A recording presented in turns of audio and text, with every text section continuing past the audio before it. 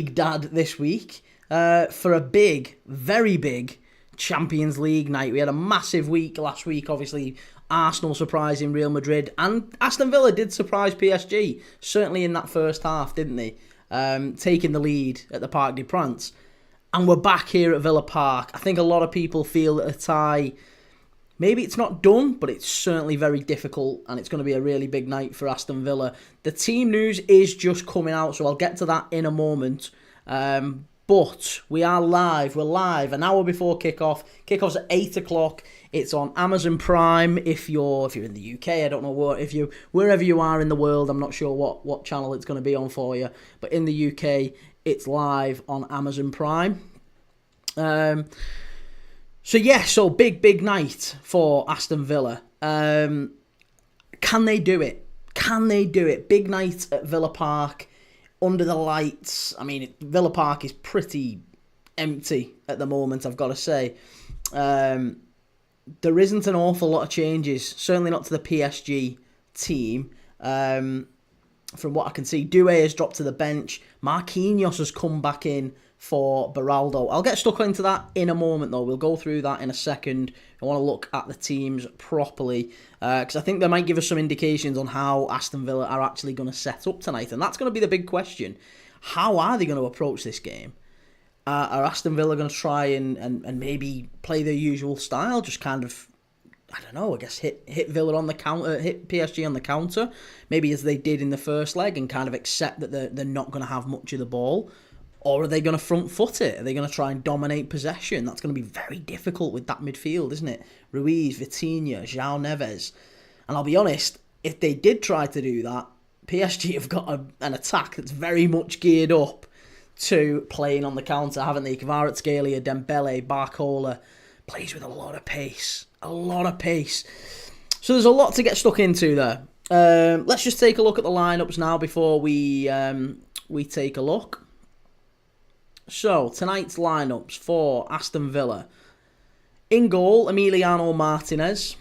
Matty Cash. If you like a bet, by the way, I just want to flag this to you. Matty Cash has committed at least one foul in 4 out of his last 5 Champions League matches for Aston Villa. You might do nothing with that information. You might do something. Luca Dean at left back. In defence, it's Pau Torres and Ezri Konsa. Midfield of John McGinn, Amadou Onana, and Boubacar Kamara. With a front... Tielemans is also in there, but he's not going to be playing... I'm sure they always put John McGinn as playing out wide, but there's absolutely no way that's going to happen. It's basically Rodgers and Rashford as the more attacking of the midfield, and Tielemans, McGinn, Onana, Kamara will all dominate in that central area. It feels like Villa are trying to narrow the pitch up. That's what it looks like Unai Emery's doing to me, looking at that team. Let me know in the chat if you disagree. To me, that's absolutely what it looks like. It looks like Aston Villa trying to narrow the pitch up to see whether or not they're going to be able to just keep the ball and keep as much of it as possible. Let's just take a quick look at the chat. Corin, evening. How you doing, Corin? Got PSG win or draw. I think that's probably the right thing. You know, I fancy PSG. I fancy a draw. I actually fancy a low-scoring draw in this one. That was what my gut was telling me before kickoff. And the lineups haven't really changed my opinion yet. Ed, what do you think about this game? I'll let you know in a minute. I'm still just cogitating on the whole lineups and everything. Carl the Red, waits Kieran, and I've also got Watkins to score. Also got Barca win or draw. That's not a bad shout, you know. That really isn't a bad shout. Yeah. Ed Powell from Valencia FC. Calm the Red 1-1, Dembele and Watkins. Yeah, I think a draw, a low-scoring draw, is good value in both games tonight for Dortmund and Barca and Aston Villa PSG. I think both games are pretty much done, but I would imagine it's going to be low scoring. Callum, you disagree? You think 2-2 Dortmund and Barca? Yeah, maybe you're right. Seru Garassi, there's another little stat for you. Seru Garassi has had 2 shots on target, I think, in his last 5 Champions League games for Dortmund. So again, do with that information what you will. Looking at the PSG lineup, we'll just take a quick look. I did give you an indicator before that they haven't really made too many changes from the first leg. It's Donnarumma in net, Hakimi at right back. Marquinhos comes back in. He's captain for tonight, as you'd expect. Marquinhos back in for Beraldo. He's alongside Pacho, as you'd expect, and Mendes on the other side. Into midfield, that's exactly the same midfield that dominated Liverpool, to be honest. It's Fabian Ruiz, João Neves, and Vitinha, ex-Wolves, Vitinha. And then the front three is Barcola coming in for Doué, which I think is an interesting one. I thought Doué played fantastic in that first leg. I thought he ran Villa ragged and obviously scores a wonder goal. So I would have thought he would have been one to keep in. But they've gone with Barcola, Luis Enrique, and Dembele, and maybe my favourite non-Liverpool player at the moment, Kvisha Kvaratskhelia, the Georgian Messi. So I guess we'll see how this all sets up tonight. Lots of people, lots of stars on the pundits team. I've just had a quick look. We've got Clarence Seedorf, Wayne Rooney, Daniel Sturridge, and Ashley Young, bizarrely. He's I guess he's ex-Villa, but yeah, Ashley Young's still there. Corin still haven't finished match of the day from Saturday. Got one more match to go. I think it's Brighton and Leicester. That wasn't a bad game, actually. Yeah, it wasn't a bad game, that one. So obviously big night under the lights at Villa Park. Big European night. How do we think Villa get on? Tactically? Style of play? Because you asked me what I thought about the game tonight in the chat. You asked me what I thought. How do I think Villa are going to approach this? And I'm a little bit torn.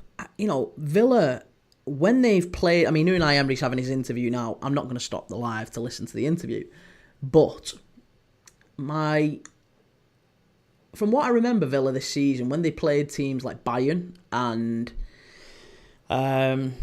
Juventus at Villa Park, they kind of made it a bit of a scrap, didn't they? Lots of set pieces. It felt like there was lots of high balls. Again, I've no stats to back this up. This is all based off gut instinct and what I can remember. Felt there was a lot of high balls in that game. A lot of getting Mings up there, getting Pau Torres up there, getting anyone who was of any height forward as often as possible and kind of disrupting the flow of the game. And not just that, but prioritising the second balls. So we're going to hit it long. We're going to make them uncomfortable, because Liverpool didn't do that against PSG, and I did think we should do that more. That's a proper old-fashioned sort of English way of playing. Up and at 'em, direct, very direct. Hit it long. Whether you win the ball or you don't win the ball, you go up for the challenge and you get the second ball. You'll win free kicks that way. If you're at it, if your energy's high, you might even nick a goal that way. It's really, really important, I think, the physical side of the game tonight for Aston Villa. That's how I would have expected them to set up, because that's what they did a little bit of against Bayern and against Juventus when they did have good results. But the more I'm seeing the lineup, the more I'm listening to what other people are saying in the chats. Just seeing the comment come through there on YouTube. I've had another couple of people message me as well on X and on Twitch as well, which we're live on Twitch now. There's quite a few people saying that they seem to think that Aston Villa are going to maybe try to let PSG have the ball and hit on the counter-attack just as they did in the first leg. That actually they're not going to play any different than they did in the first leg. And the lineup does seem to show that, doesn't it? That there's no Watkins in there. He's not putting Marlon in there. He's bulked out the midfield, which he's trying to keep it quite narrow, and he's got two very pacey players in Rashford and Rodgers, both of whom combined to score the goal in the first leg, didn't they? So, if it's that Aston Villa, and maybe they're just... maybe they think they can hurt PSG. Maybe Unai Emery's taking a bit of a pragmatic approach to this and just looking at it as, do you know what? I think we can nick something here in the first half and get them scared, get them under pressure. Let's see. What do you think? Let me know in the chat. Edward, yes, Prem Dan, how are we? I'm doing good, mate. I'm doing good. Hope you're good. Hey, I've got a drink tonight in honour of you. I was walking through town and they were only giving out these. Here. Bottles of your favourites. Iron Brew Extra. They were giving them out in town. So I thought, go on, I'll have a slice of that. So I'm on the Iron Brew tonight. Regan Mazraoui is one of the best Prem signings this season. He was only 12 million. He wants to change his studs though, Regan, doesn't he? He wants to change his studs. Falling all over the place the other night. That cost Man United a goal. Corin, there's been a lot of football lately. Wichita is great. Wichita. Good man. So we've got lots of ideas about how Aston Villa might play, and I'm honestly not entirely sure myself. I'm intrigued, really intrigued to see how they set up in this one. And I mean, the fact that they scored first in the first leg, could they put the cat amongst the pigeons with an early goal in the first half? Because I'm tempted. I might even put a bet on. There's a couple of bookies tonight that are offering £10, max £10 free bets, and money back if you don't win. So it's just a free go. Edward, do you like Iron Brew? I don't mind it. Yeah, I don't mind it. It's all right. I only tend to have it whenever I've got family in Scotland. So whenever we go up to Scotland, I'll tend to have it because they have it in rest stops, services, all that sort of stuff a lot more frequently. Anthony, keep right. Come on, PSG. Well, I can imagine you think that with as a Birmingham fan, absolutely. What part of Scotland? Dumfries and Galloway. Iron Brew in the loo, I know. Made in Scotland, out of girders. Yeah, Dumfries and Galloway, she lives. And we go up and see him once a year or so, maybe every 6 months. But it's proper rural, very, very rural Scotland.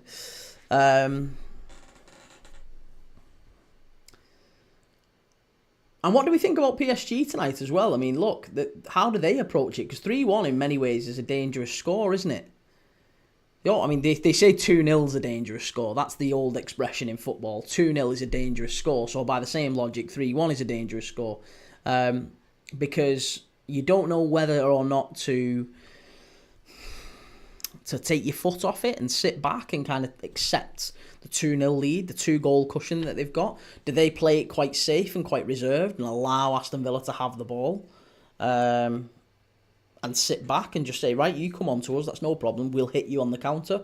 Leave maybe Dembele and Barcola high, maybe even Kvara high. Leave them high and have that as a warning that if you press us and you lose it, we're going to knock it over the top and you ain't catching them boys. So a little part of me suspects PSG might do that. However, I don't know, because that's not the Luis Enrique way, is it? It's not the PSG way. It's not the way we've seen them play all season. I think they'll be bold. I think they might go for it. And maybe acknowledge the fact that if they score first and make this tie 4-1 on aggregate, Aston Villa are done. Or you'd think so. At 4-1, the game is dusted, isn't it? If Aston Villa concede, especially if they concede in the first half, I think the heads would drop, wouldn't it? Heads would drop across the stadium. Heads would drop on the pitch. And that'd be rough. That would be really, really rough. Thank you for sharing the live, Corin. I appreciate it. If you can share the live, it's all good. If you're following, thank you for following. I've just seen the follow that come through. Corin, what are you doing Friday? A championship game or not going on? I am. I'm going to do a championship game. I'm not sure which one yet, but I'm thinking Good Friday. I've got a feel I might stick with Coventry. Coventry and West Brom seems like a good one to watch. FM No Casuals, good to have you in the chat, mate. Got them BTTS. That seems like smart. Yeah, smart logic.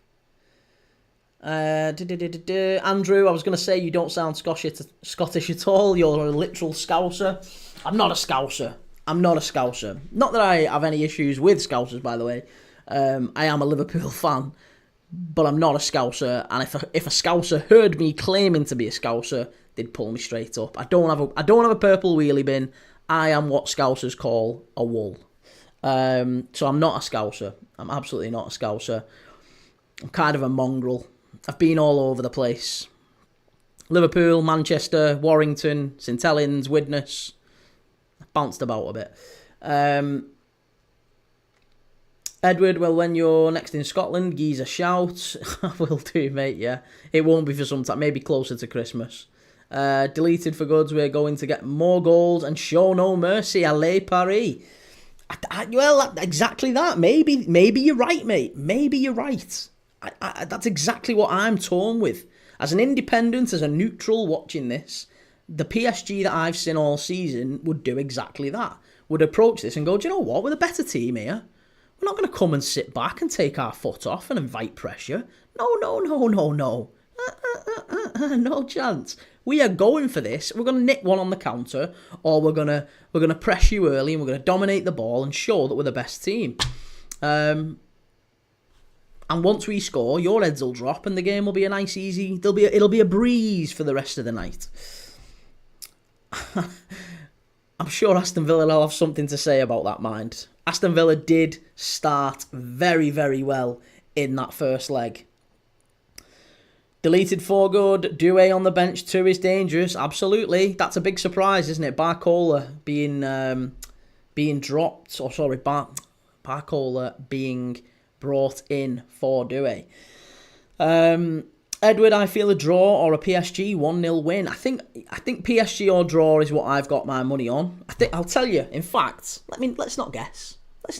I'll tell you exactly what I've put my money on. There's a bet. Well, a betting provider, which I'm not going to tell you which one it is because I'm not promoting anyone. But it's £10 free bet if your bet loses. And I've put on... I'll tell you 1 second. Aston Villa. Right. I have got a shot on target in the first half for Aston Villa. Both teams to receive a card. No goals in the first 10 minutes. So I am expecting a slow start. No goals in the first 10 minutes. Both teams to get a card. A shot on target for Villa in the first half. And under 5 goals in the game. Right? 3-1 I got for that. 3-1. So, yeah, I got 30 quid potentially. If that comes in, 30 quid. If not, I get me tenner back. So, no problem there. Kane, I think Villa are going to score first. Well, I'd like them to. That'd make the night a lot better, wouldn't it? It'd certainly make the night a lot more interesting if Villa scored early to kind of put the cat amongst the pigeons, and then they've only got to get one more goal the rest of the night. Corin, what you doing Friday? It's Fred. Fred? Who's Fred? I don't know who Fred is. What you doing Friday? Friday, the plan is that I'm going to do one of the championship games on Good Friday, which probably means Coventry against West Brom. Maybe Bristol City and Sunderland. I'm not entirely sure. Yeah, I'm happy to be swayed on that. There's a number of good games on Good Friday, so I am happy for people to encourage me to do a particular game, and we'll do a watch along. FM No Casual's the only game that's going to be goals galore for you. Then. What Villa need is an international Emery talk and the fans to really get behind them. I'd go Bristol and Sunderland. Well, I thought Bristol City and Sunderland, but everyone's telling me that Sunderland are just resting players for the playoffs now. They're not bothered. And if that's the case, then Bristol City are probably gonna nick the win, aren't they? Sunderland can't really move up, and they can't really move down. They're stuck in third, aren't they, or fourth, wherever it is.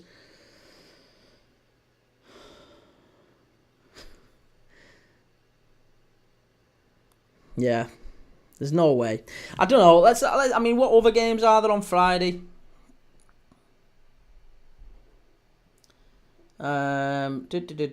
Friday's games. Right, so Championship, Derby and Luton. That's 12:30. Could do that, actually. We could do that. I mean, there's nothing going on, so Derby. Oh, yeah, that's a good one down at the bottom. Right, we'll do that. 12:30 on Friday, Derby and Luton. I'm doing that. And then 3 o'clock, you've got a choice of Blackburn Millwall, Bristol City Sunderland, Coventry West Brom, Middlesbrough Plymouth. I guess Borough have got an outside chance of the playoffs still, haven't they? Norwich and Portsmouth. Preston and QPR, Stoke Sheffield Wednesday, Swansea Hull, Watford Burnley. Yeah. And then 5:30, Sheffield United Cardiff, 8 o'clock, Oxford Leeds. There's not really anything else going on in Ligue 1 or La Liga. So it's all on the Championship, really. If we're going to do any watch-alongs on Friday, it's all going to be on the Championship. So I'm happy to be swayed. To be honest, Coventry and West Brom have both seemed boring teams to me, but against each other, who knows? That's almost certainly a 0-0, isn't it? Although now I've said that, it's probably going to be 4-4. So whichever game, let's be honest, whichever game we pick is going to be 0-0. And we'll have to, we might switch over. Let's switch over during the game, we'll see. We'll switch between the two. Because I think they're all pretty much on Good Friday. The Burnley game would be good in the automatics race. Kane, I'm going to say Rashford turns up today. Really? Do we think? Rashford's one as well. Again, I'm not trying to give you tips or encourage any, ill-advised vices, but Rashford has had, whatever the expression is, I think it's 2 shots on target from outside the area in his last 3 or 4 games for Aston Villa. Like his hit rate for shots outside the area is very, very good. Corin, is it just me who's noticed Asensio's drop in form? I thought Asensio started very, very well. It feels to me like that's more of maybe a behind the scenes issue. I'm not sure if you'd agree, but it feels to me like Unai Emery's maybe not seeing enough application in training, because he actually started his Villa career very, very well, didn't he? And when he got on the pitch, it was like, wow, this guy's a really, really good signing. And then he just feels like he's been relegated to the bench, and then he's not really getting into a rhythm. But exactly that has blighted him throughout his career, hasn't it? It was the same at Madrid, it was the same at PSG. He's never really been one for sticking in the lineup for too long. He's always kind of been in and out. So I feel a little bit sorry for him, but I think Asensio's a very, very talented player, but maybe he's a bit ill-disciplined, let's say. That would be my suggestion, or at least my inkling. It feels like Unai Emery wants players, and this has been the case with Unai Emery when he was at Arsenal, when he was at Villarreal, when he was at Sevilla. It's always been the case. He wants players who are tactically disciplined, who he can rely on, hard workers, good pressers, good energy on the ball and off the ball, physically strong. It's not enough anymore to just be a talented player, to be able to pick a pass and get your head up. They're the Mesut Ozil days. They're gone. There's absolutely none of that. And Asensio, Coutinho, players like that, they have been a little bit of a throwback to them. There's not, maybe it's a work rate issue. I don't know. But that seems to be what it is. Corin, bit early, but last 3 or 4 games he hasn't done well in. Just not been at his standard. Yeah, I think that's fair to say. I mean, he did all right in the first leg, I thought. Rashford. And then I also think when Asensio came on against PSG in the first leg, he made some things happen quite quickly. Would you agree with that? Is that fair to say? Kane, he seems to be taking a liking to Rashford over Watkins. I thought that as well, yeah. I just don't think Emery particularly likes Watkins, because he fancied Duran over him as well, didn't he? If not for John Duran throwing his toys out the pram and kicking people at St James's Park, I think John Duran probably would have stayed at Villa, and Ollie Watkins would be at the Emirates right now playing for Arsenal. It seems to me, and I made a video about this. I made a video about this in January when it happened. The £60 million offer came in from Arsenal for Ollie Watkins, and I think he immediately went to Unai Emery and went, "You've got to let me go. Like, it's my dream move. It's my boyhood club. You have got to let me go. Please, please, please let me go." And if they hadn't already have agreed a move for John Duran to go to Al Nassr, he probably would have gone. Because John Duran was, I think, already in Saudi when the offer came in, or at least when the news broke that Aston Villa had rejected the offer from Arsenal. So I think you banged right. And since then, Unai Emery has just kind of looked past him, hasn't he? As good a player as Ollie Watkins is, I think because he's let it be known to him that actually he wanted to go to Arsenal. Again, this is all speculation before Villa fans start, but it feels likely to me that that's what's been happening. Daniel, Arsenal never made an offer. Says who? Says who? Everyone else said that they did. Kane, Watkins to Arsenal, Rashford on a permanent.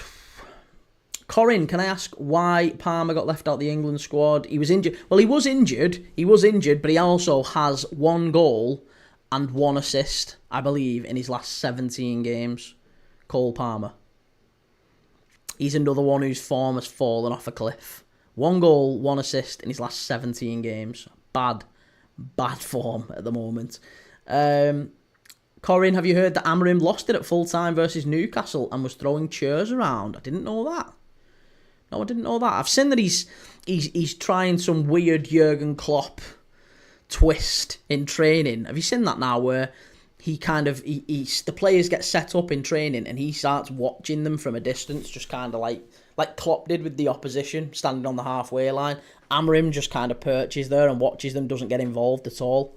Bit odd, but there you go.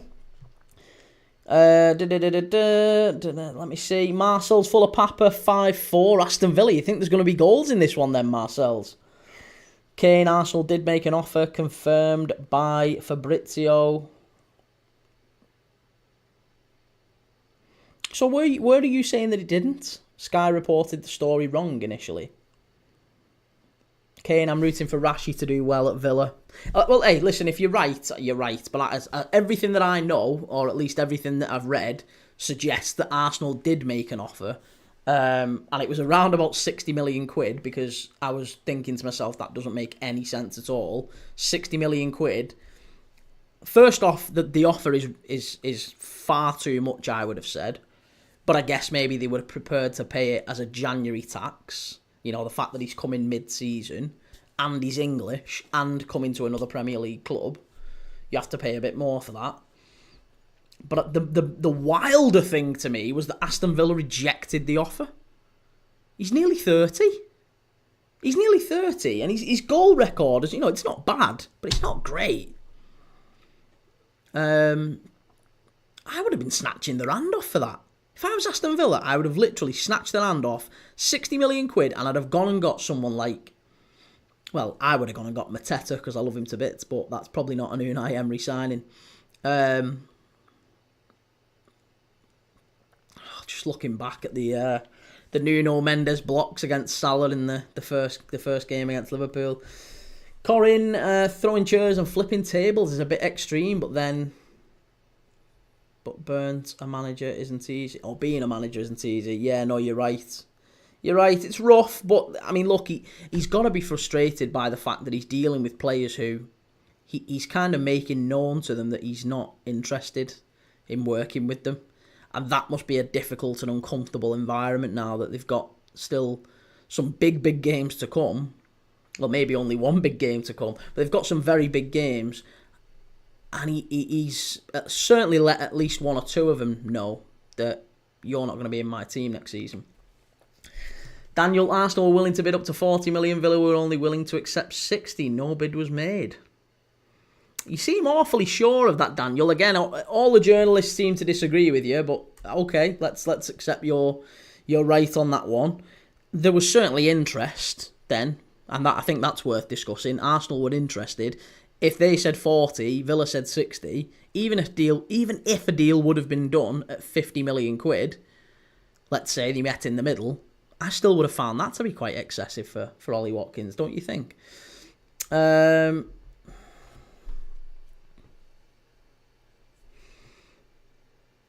Corin, it's like Odegaard at Madrid, started well and then got benched every game. Yeah, Odegaard didn't really ever get a chance at Madrid, did he? But I do think he's quite overrated. Proxo 1-2 PSG. Really? I don't think PSG will go too hard, and maybe I'm wrong, but I think they will go for it. But once they get one goal, I think the game's dead. I think if PSG score, especially if they score first, the game will probably finish 1-0. It'll just peter out. PSG will control the ball, pass. The stands will be empty by about the 60th or the 70th minute, and that'll be it done. If Villa score first, then it's tie on. Especially if they score before like the 80th minute. I mean, even if they score in the 80th... Imagine that. Imagine it's 0-0 all game. Villa score in the 80th minute. Imagine what that last 10 minutes is going to be like. It's going to be a really good game to watch this, I think. And just because I'm a cynic, my big worry is that PSG score first, score early, and we're just kind of watching a procession for an hour or so, where Villa are chasing shadows and their heads have gone and they know the tie's over. That's where it's going to be difficult. Kane, Bayern have joined the race for Hyson. Well, again, Ben Jacobs, your mate Ben Jacobs today saying that Hyson is Premier League bound, that it's Liverpool and Chelsea who are most interested in him, and Bournemouth want 40 million quid for him, 40 million quid for Kirkes, and 70 million quid for Semenyo. Whether they get 150 million quid for those three, who knows? But I would argue 40 million for Kirkes, 40 million for Hyson is eminently reasonable. And as a Liverpool fan, I would be delighted to pay that for both of them. SW1WW003, sorry, did you hear about Semenyo and Man U? I didn't. No, what about that? What happened? Tell me. Corin Duran was amazing. How much would you pay for Hyson? Again, sorry, I know I'm catching up on the chat. Everything's flown so quickly, and I've talked too much and rambled on that one. How much would I pay for Hyson? I think I would probably go up to 50, maybe 60, at a push. He's a very, very talented centre-back. He's Dutch, Spain-ish. Obviously, he's Spanish. He's going to play for the Spanish national team, but he was born in... Was he born in Holland, moved to Spain? Or born in Spain, moved to Holland? I can't remember. But either way, I'm sure there'll be an affinity there with Van Dijk and Slot and the other Dutch guys we've got, Gravenberch, etc., etc.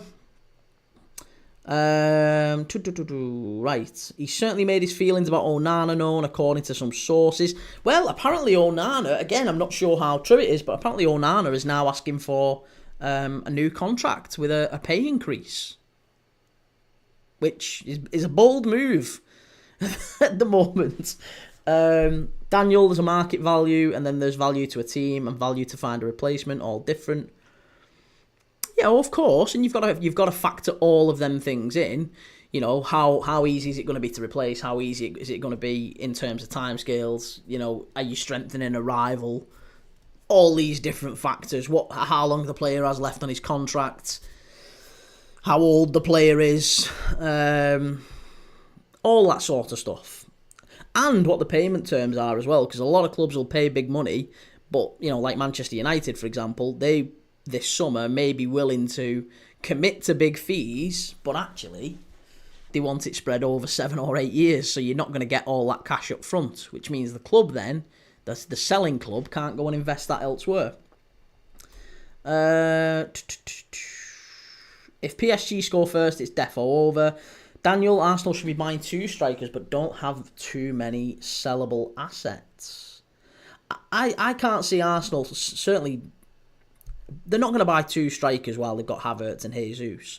I actually think any striker coming to Arsenal, even if it's just one, any striker coming to Arsenal will know that they have to compete with those two for a starting spot. And you can't have 3 centre-forwards for one position. Havertz and Jesus never play wide, and they're not going to drop into midfield, and Arsenal aren't going to play with 2. So if they're only going to play with 1 centre-forward, and it's Havertz, Jesus, and maybe this new person, I'd be very surprised if a new player came in without assurances that at least one of those 2 is going to get sold. And then you have to think about Arsenal. Are they going to be able to sell Havertz and Jesus for any sort of reasonable money? Maybe the sort of money that they paid for them themselves.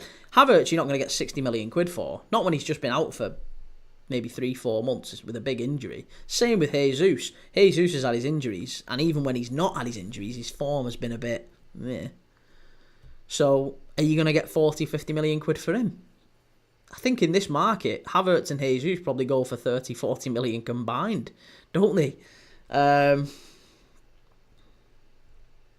But I agree. I absolutely agree. For many years now, Arsenal have needed a striker. They need a striker desperately. It's just which striker they go for and what sort of striker they can attract. Because look, I mean, Lee Judges and all the AFTV lot are absolutely adamant that it's Isak. Isak is the one. We've got to go and get Isak. We don't want to go and get a striker that needs 2 or 3 years to kind of adapt and grow into the role. They don't want a Sesko. They don't want to... I mean, I think Gyökeres is the other one that's being talked about with Arsenal. Whether or not he'd want to go there. Amorim admires Semenyo, but Bournemouth wants 65 million quid. I think lots of people admire Semenyo, don't they? Great goal from him yesterday. Hard-working player. Good finisher. Good numbers for Bournemouth as well this season. You know, good age profile. He's not old, but he's got enough experience in the Premier League. Tactically very aware as well. He's, defensively quite sound. He's not someone that's going to let you down off the ball. I think he's got one of the highest ball recoveries in the league at Bournemouth. Iraola really trusts him when he starts him to kind of track back and make sure that there's nothing down that side. He works well with Kirkes. Or Adam Smith, as he played last night. He can play both sides, can't he? Played again with Adam Smith last night. Corin, there's a good chance it's not true, but I've heard from some YouTubers that it's been leaked that Amorim called Onana a clown after the Lyon game. Ooh, I'm not sure about that. Well, maybe he did. I don't know that he did or that he didn't. But that would be one surefire way to alienate him, wouldn't it? But then again, he dropped him. He dropped him for the Newcastle game. I still don't understand that decision, personally. I think if you're planning to keep Onana, and we've already seen in the last 24 hours, that's exactly that's the news that's dripping out of Manchester United, isn't it? That they're planning to keep Andre Onana. If you're planning to keep him, you don't drop him. You've got to stick with him. They put Bayindir in. Bayindir makes a howler. And I don't know if you've seen, but Andre Onana puts a post on Instagram, doesn't he? Saying words to the effect of, who are you going to blame now? And laughing faces, almost having a pop at the Manchester United fans for calling him out. Who are you going to have a go at now? Because you've put him in and he's let you down as well. So he's come out fighting, hasn't he? He's come out fighting. Lou, who do you support? I'm a Liverpool fan, Lou. A Liverpool fan, but I watch every single game of football that I can. I'm an absolute... Premier League dad. That's what I am. I'm a football nerd. I watch football, any club and all clubs. Obsessed with football, yeah. And travelled all over the world watching it as well, including Liverpool. So join me on this journey. It's a very new channel. Kane, I think 65 is too much though. And yeah, United couldn't afford 65. I'm not even sure. If United don't win the Europa League, if United haven't got Champions League football coming in, I'm not sure United can afford 45. 45, 50 for a wide player. Even one who's as good as Semenyo is a lot. Proxo, Marino is going to be a full-on striker for when the new one adapts. Marino's finish last week against Real Madrid was different gravy, wasn't it? I couldn't believe that. I thought that was phenomenal. Edward, I hate City the most, but at least United has the heart to show support for the 97. Only us, Everton and United showed support. Oh, I don't know about that. I don't know if I don't know whether City did or not. But I've seen City fans putting stuff on socials about Hillsborough. Look, you get bad eggs, Edward. You get bad eggs at all fan bases. There's no real distinguishing features about a lot of fan bases. It's just people. There's good people and bad people everywhere, and sometimes they put different colour shirts on once a week. So yeah, I've no problem at all with City fans, United fans, Everton fans. They're all just people.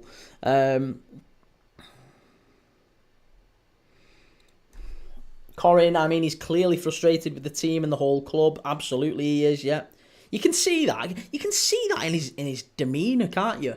His whole kind of outward appearance has just looked so much more tired and dishevelled. And like I said, he came to the club and he was this kind of sharp, suited and booted, smooth, beard nicely shaved. His hair was all like slicked back. So he was all, very much the Portuguese Bond. And now, yeah, he looks like a guy who'd sell you some falafel on a corner in Lisbon. Like, just tired, just like kind of, what do you need? So, I guess we'll see what happens with him. Kane, always news around us. The media love going at the club. Well, Man United are a massive club. They're always going to do that. Will Onana never did that. Well, he never put the social media post on. Is that a blag? Is that a fake? Have I been reined in by that? I saw it posted on social media. If it was a fake, I apologise. But from what I saw and from what it was retweeted thousands and thousands of times. I didn't go and verify it by going and having a look on Onana's account, but it looked like he'd said words to that effect. If it's wrong, I apologise. I only glanced at it earlier today. Or was it yesterday? Can't remember. Lou Harwood, prime Leighton Baines or Andy Robertson? I liked Leighton Baines. I liked Leighton Baines an awful lot, Lou. But you can't make me drop out Andy Robertson. If you've been on this, if you've followed this channel before, which I know you haven't because you asked who I supported, it's absolutely fine, by the way. But if you'd watched me even at all before, you would know how big of it. Like, Andy Robertson is one of my favourite all-time Liverpool players. I love him. So I'm never ever going to say Leighton Baines is better, but I will say that I loved Leighton Baines as well. I thought he was a fantastic player, and I think he probably is another one you could file under. If he'd have left Everton sooner, he probably would have won, he would have won an awful lot more in his career. But he was a very, very talented left-back who was unfortunate that he played at the same time as Ashley Cole. Otherwise, he'd have been a certainty in that England squad, wouldn't he? Very good defender. Reliable. Was around for a long time. Could take a good free kick. Could take a penalty. Yeah, I really like Leighton Baines, but I still think Andy Robertson. I mean, Andy Robertson's he's broken Leighton Baines' assist record. He's won everything there is to win, some of it multiple times. He's about to win another league title. And he's just an energizer bunny. The guy is non-stop, up and down that left side. I love him. And he's an absolute rat, isn't he? Like everyone, Everton fans hate Andy Robertson. I think if I wasn't a Liverpool fan, I'd hate Andy Robertson as well. Corin seems to be a feud with everyone associated with Man United. Really toxic time there. Yeah, toxic is very much the word. If you used one word to describe Man United, toxic would be it, wouldn't it? Toxic club. It's difficult for anyone to thrive there as well, and that's the thing. That's why I've got so much sympathy with players like Højlund, and even Garnacho and other players at the club. Like, it can't just be a coincidence. I know I sound like a broken record with it, but it can't just keep being a coincidence that you have players who are god-awful at Manchester United, and they leave, and within minutes, like, bang, they look a great player again. McTominay's doing it in Napoli now. Anthony's doing it at Betis. It's happened multiple times over the years, and it just happens too often for it to be a coincidence. So,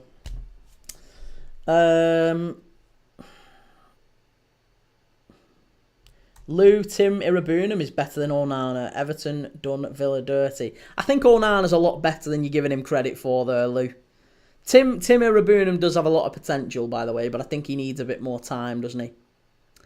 I saw the Onana post. It said Andre Onana official account and had a blue tick. Yeah, I thought that. I might not be right on it. Maybe it was a hoax and it was a fake one, but go and check it. I'm almost certain it was real. Proxo, I don't think Madrid will handle the game without conceding. That's going to be a great game tomorrow, isn't it? That is going to be a great game tomorrow. I think this one's going to be a great game too, but I'm looking forward to the game tomorrow night. Callum, Man United going to be relegated soon?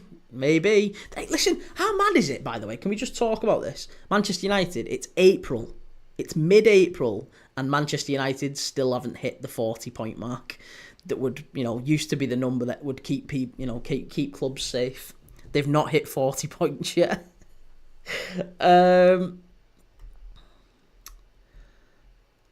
Corin, despise Robertson. Plenty of people do, yeah, but he's a fabulous player. I love him. Absolutely love him. Isabel, best Villa player. Well, I love Morgan Rogers. And I've liked Morgan Rogers for a while, even going back to last season, when he was out on loan and stuff as well. I've liked Morgan Rogers for a while, so I like Morgan Rogers, but I have got a bit of a soft spot as well for Pau Torres. I think in a different team, different setup, he could be one of the best centre-backs in the league. Paul, thank you for following.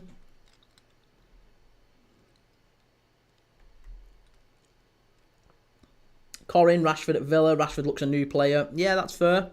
That's fair. Lou, don't think Robbo is even 50% of him. Baines, number one for me. Hate the trophies argument. It's not just the trophies argument, because I'll agree with you that just because a player wins trophies doesn't make them immediately better. However, would I be right in saying, Lou, or would I be fair in saying that you've also used that argument against Steven Gerrard and why he's not an elite player because he never won a league title? Might you have used that same argument against a Liverpool player as well at some point? Is that fair to say, Lou? I think you might have done, mate. Kane, he does not look a new player at Villa. I think he looks better than he did. Let's be fair, he does look better than he did. FM no casuals, anyway. Enough of Man United, let's go Villa. Yeah, come on, let's drop this whole Man United nonsense. Look at that. Villa Park absolutely bouncing. Absolutely bouncing. We've talked about Man United for the last 20 minutes. Come on. Proxo Manu is lucky. Teams like Southampton and Ipswich are in the Prem. FM no casual, same argument means Totti was an average striker. Miguel Guas, thank you for the follow, I appreciate it. Corin, he looks more free and motivated at Villa, but you're right to back your team. Listen, you've always got to back your team. That's what Lou's doing here. I use it when Red say Robbo over Baines because of trophies. I say Jack Rodwell over Gerrard. Hey, listen, at least you're honest about your bias. At least you're honest. I've no problem with that. At least you can say it. You can say, look, I can't have that conversation because I am stupidly biased. And I'll admit there's some things I can't talk about without showing a little bit of bias. We're always going to be a tad biased towards our own teams. But that's why I didn't say to you that Andy Robertson is miles better than Leighton Baines. I really like Leighton Baines. I think he was a top left back and he should have won more in his career than he did. But Andy Robertson's always going to be the better player for me. So I can't say anything other than that. Prem Dad is one Henderson or James Milner.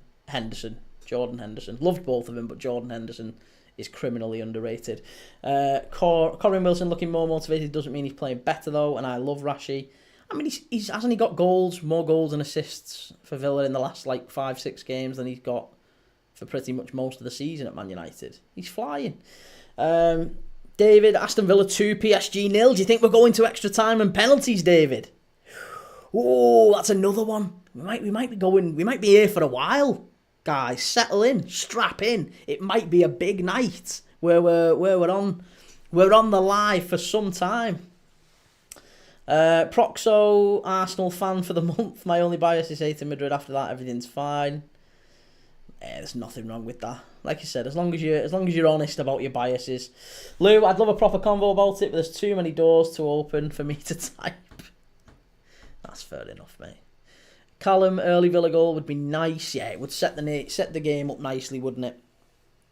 It just set the game up nicely. Corin, do you think he'll go back to Manchester?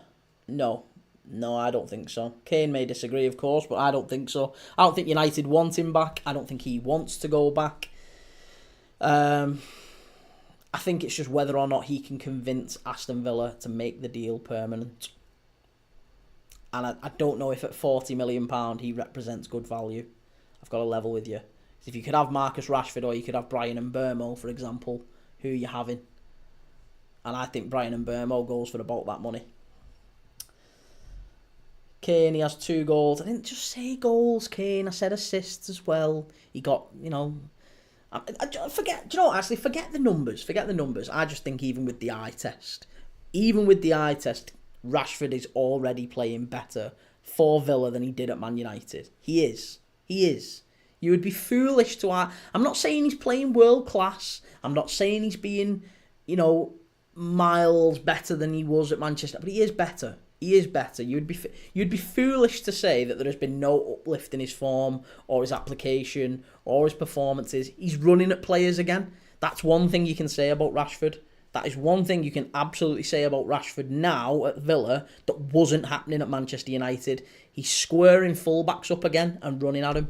Didn't happen at Manchester United for a very long time. Callum, is it just me or are Dortmund the Everton Spurs of the Bundesliga? That's incredibly disrespectful to Dortmund. Because at least Dortmund get to, cup finals and they've won some trophies over the years. I don't think you could call Dortmund the Everton Spurs of the Bundesliga. Dortmund and Manchester United are probably very, very similar over the last 10 years, aren't they, in that sense? FM No Casuals, 45 million is just mad money for Rashford. Yeah, look,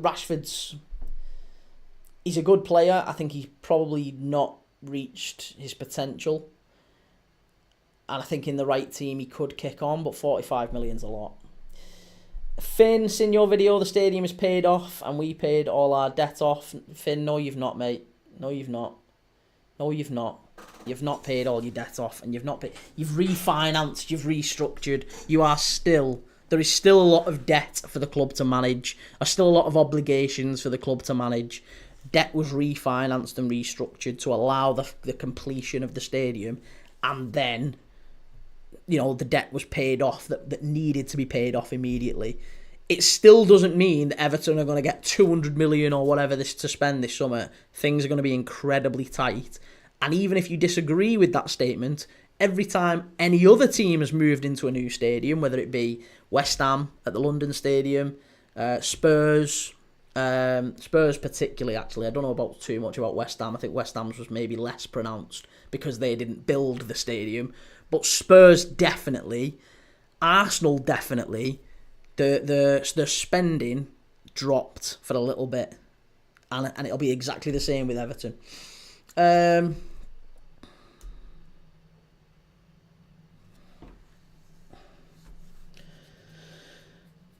I'm not saying he's not playing better, but you're going on like he's a Semenyo or an Mbeumo. I haven't made that comparison. I don't believe anyone else made that comparison. In fact, I said that, if anything, I would expect Villa would rather go for an Mbeumo. So I've not said that he's better or even comparable. FM No Casuals, Dortmund are just scared of going bust again. That's true. Most clubs are. Again, this is why it's so mad. Again, I'm going to say Everton fans. It's mad that they're just so... And United fans to a degree are like this. I think they've all got a finance degree. in nonsense and horse shit because they've had debt problems and whatever. You can't just write players off and, oh yeah, we'll just sell him. We paid whatever, we paid 50 million for Onana. It's fine. We'll just chuck him. We'll sell him and we'll go and get a better keeper for 50 million. It's absolute nonsense. People just get off footy manager for a bit. It's not how the game works. Again, Dortmund scared of going bust. Clubs can't do that anymore. Lou, people forgetting how big Everton are, by the way. 5th biggest in the league, maybe 6th, arguably.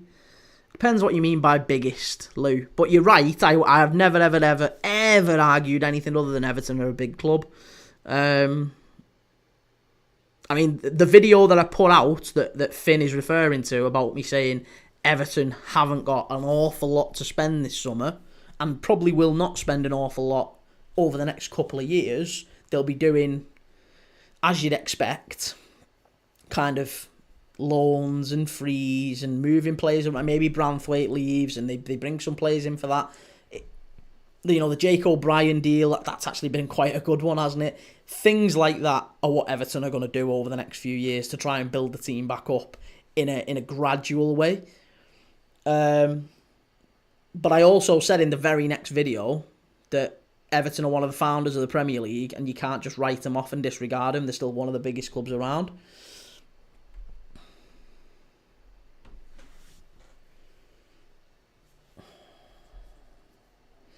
Lou, West Ham Stadium, terrible, about 7 miles away from the pitch. That's true, yeah.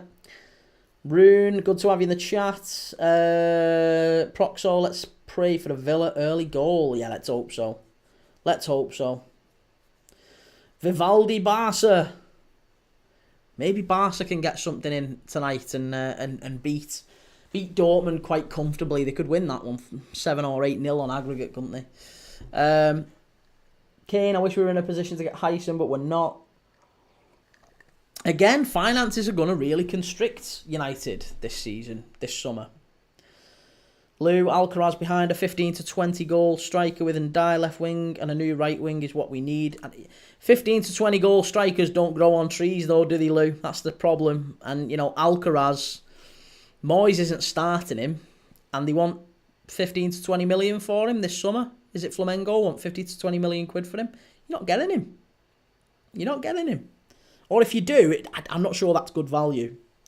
I'm not sure that is good value at all. Again,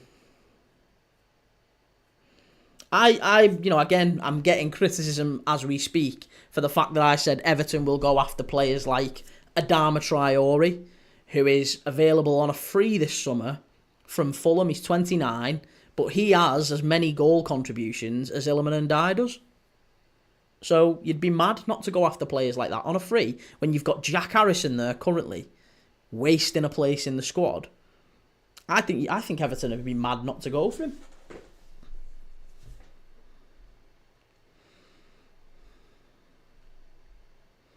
Kane, I'm telling you, Rashford tonight is going to be on fire. Well, look, the players are out. They're shaking hands as we speak. The Champions League anthem's bellowing away there. They've got the old flag on the pitch going. It's a big, Tifo, just seen that as well. That's a really, really good flag there just behind the goal. Edward, can't believe Emmanuel Dennis went from Prem playing for Watford to Blackburn.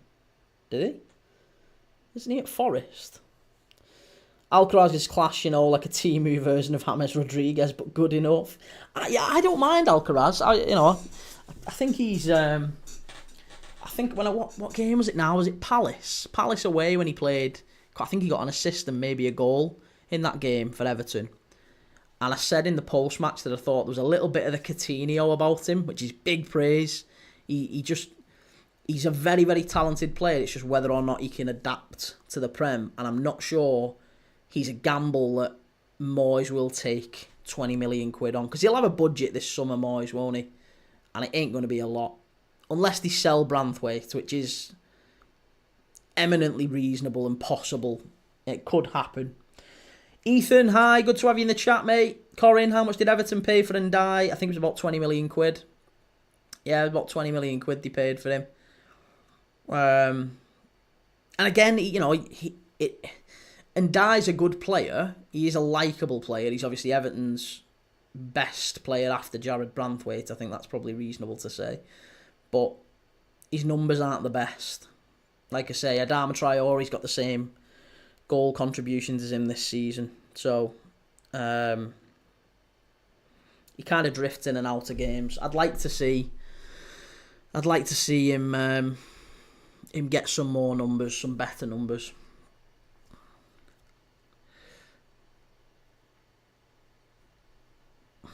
Proxo, I'm waiting for the Rashford masterclass. That's what Kane thinks as well.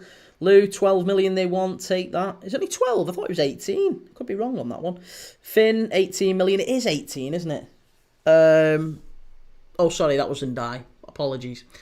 Mohamed, PSG will progress due to their strong squad. Looks like it. Certainly looks like it. FM No Casuals just find it mad how Watkins scores consistently and gets dropped. I'm telling you, there's something behind the scenes there. I think it's the fact that he said to Emery in January, "I want to go. I want to go." Right, I'm changing the scoreboard because I've somehow ended up with PSG playing in white, which isn't the blooming case. So we're going to change that. And we are off here.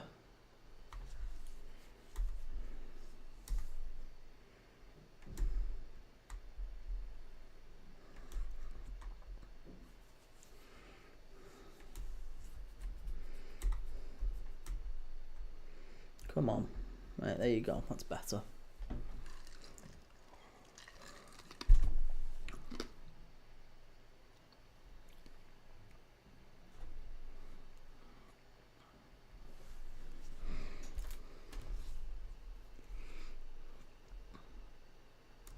Right, there's a long throw opportunity here for Villa already. Luca Dean's about to put it into the box.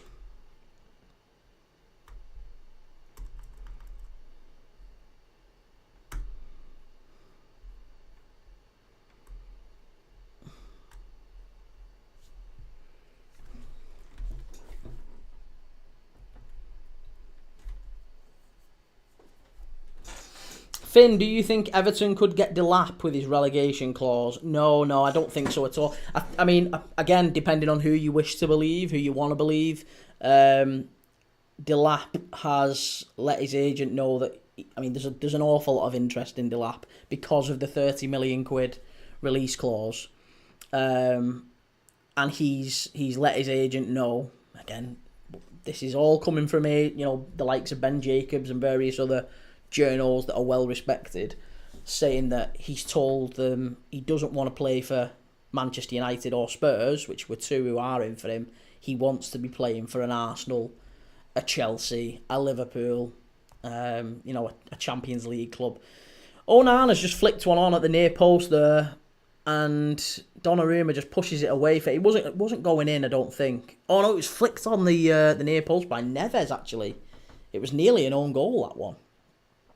Couple of quick corners for Villa in quick succession here. Can Villa nick something?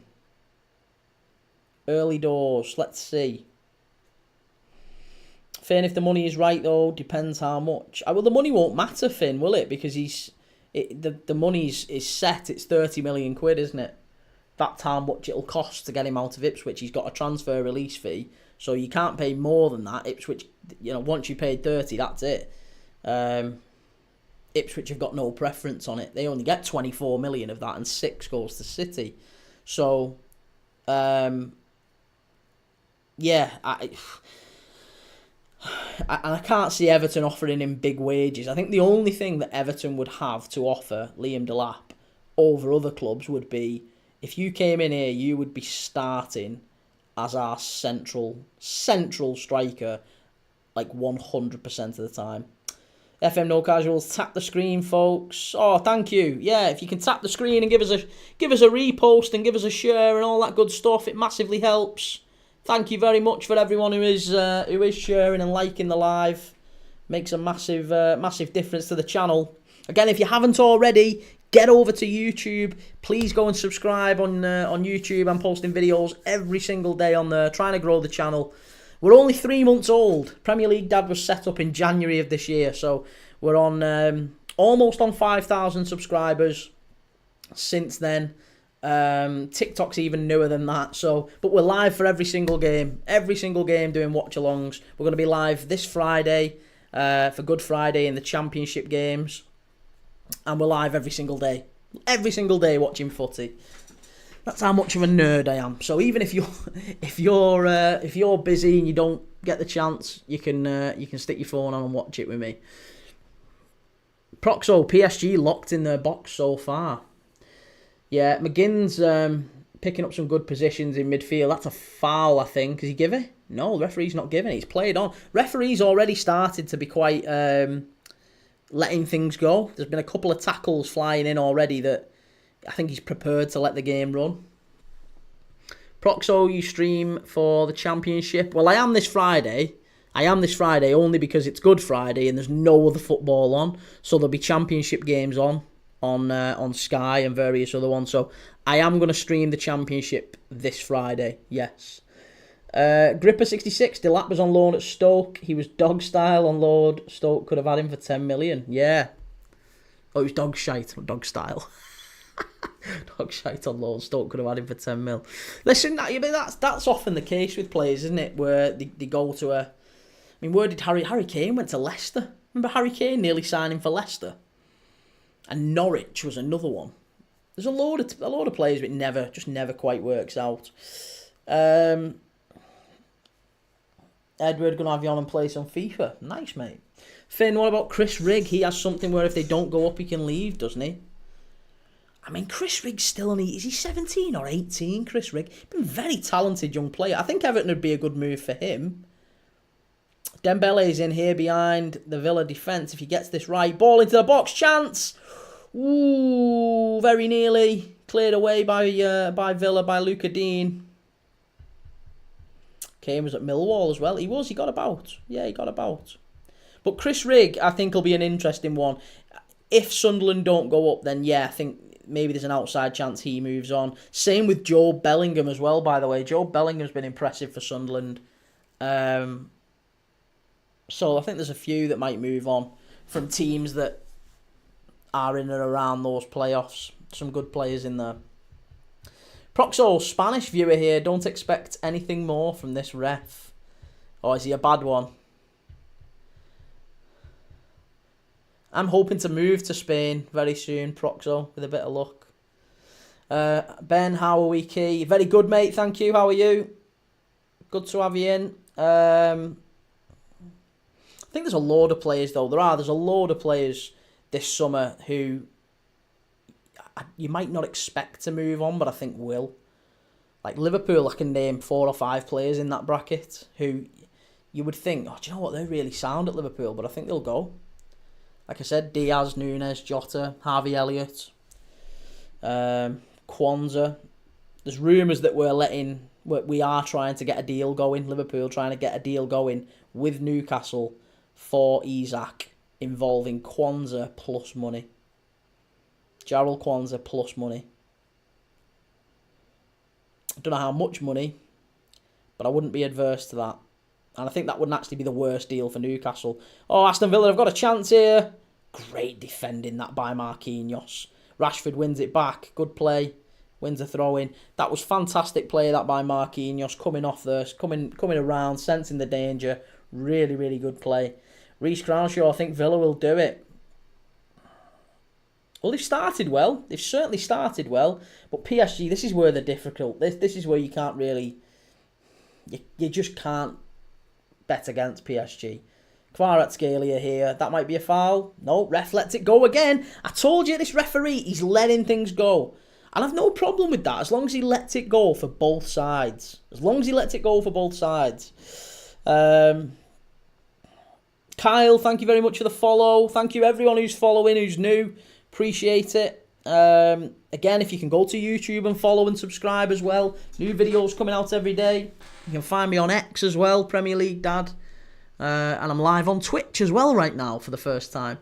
Ben, I'm good, mate. Been a busy day, filling bookings and sorting payroll, living the dream. No problem with that. You've got to keep going. Short week this week for you, isn't it? Or are you working Good Friday? Is it double time? Lou, I like when the ref plays on. And we all do, don't we? I think it'd be better that way. I I think we'd all quite like it if referees kind of had a very high bar for yellows and reds and even fouls. Just let it run. Let the play run. Unless it's a definite foul, like, don't pull it back. I'd much rather that. But the problem is you just don't get any consistency, do you? And that's when fans start losing the Reds, because one week they'll have a referee who, like, is dead sensitive and, you know, a slight pull of the shirt, you get a penalty. And then you'll have this ref the week after where players are getting side down, left, right and centre, and he's not even giving free kicks. Kyle, are you a Villa fan? I'm not, mate. No, I'm a Liverpool fan. But I'm watching, I'm watching them all. I watch absolutely every team going. I'm watching the Championship this Friday, and I do watch-alongs every single day. Every single day. So if you like this sort of stuff, if you're into it, feel free to subscribe. It'd be very, very nice if you did. Corinne, I think if Sunderland don't go up, I reckon Joe Bellingham will leave and go to a club like West Ham. When I first read that, I thought he said Wrexham. I was going to say that would be maybe a tad step down for him. But yeah, West Ham might be an interesting shout for him. Ben, exactly, mate. Short weeks or tighter payroll deadlines yesterday and today have been mental. I remember them days. Just got to keep at him, mate. Edward Ospina plays in South Africa. Does he? Didn't we say the other day that he was playing in Saudi? Oh no! Must be 1-1! Oh, 1-0, there you go! It's horrendous from Emi Martinez, and Hakimi's put PSG 1-0 up, and that's it. That's it. I think that might be the tie done. Heads have just dropped in Birmingham.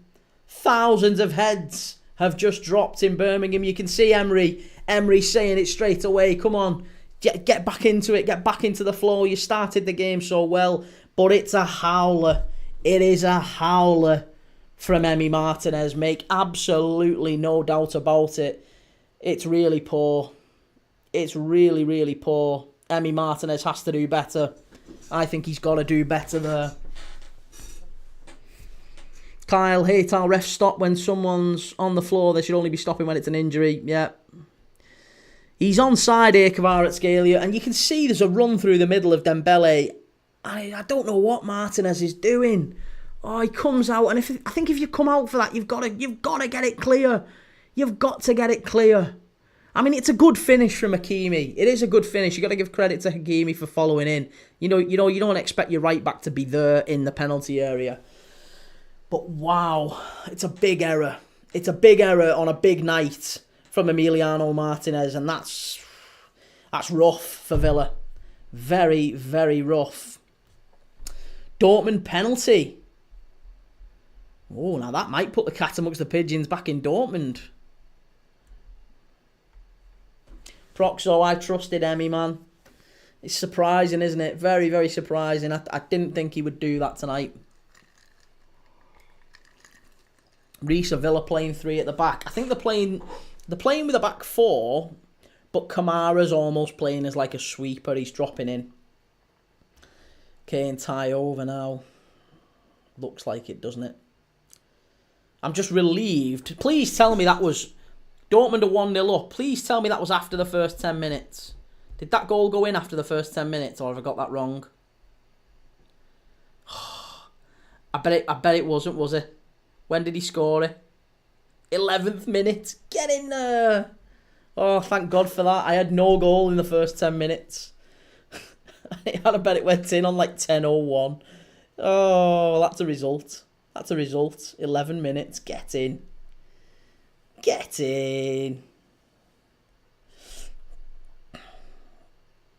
And Villa have already had their one shot on target, haven't they? Have Villa already had a shot? Let me see. No, they've not had a shot on target yet. I need a shot on target for Villa in the first half. Hopefully the game just doesn't go flat now. Footy Boy 123, 1-0 Dortmund. Yeah, we've just spotted. Penalty. Was it Garassi? Garassi penalty. Finn, 10:48 it went in, I think. Okay. Yeah, Seru Garassi penalty. I had him for a shot on target tonight. I was so close to doing that. Who gave away the pen? I'll tell you now, one sec.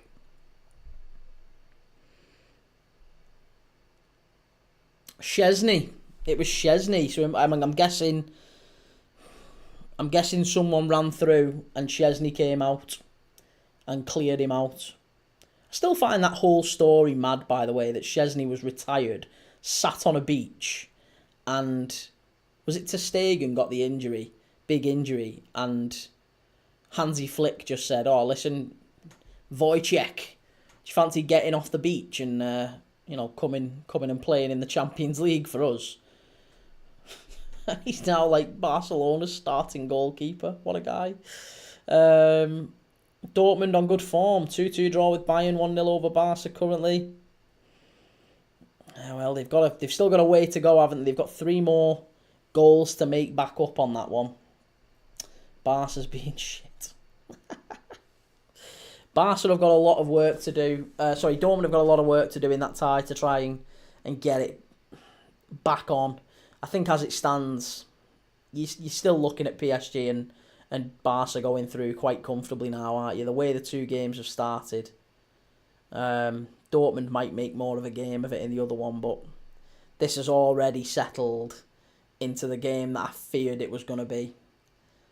PSG now having a lot of the ball.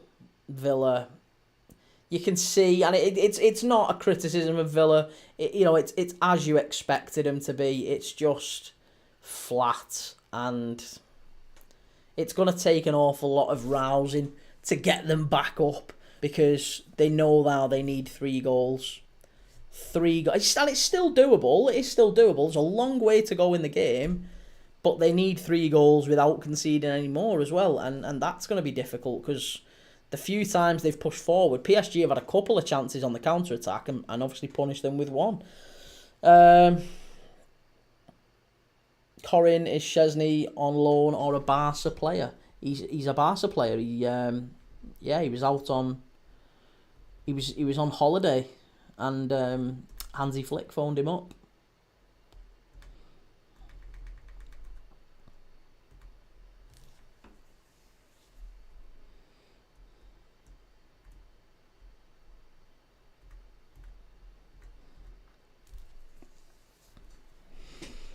Corin, what? PSG have scored. Did you miss that?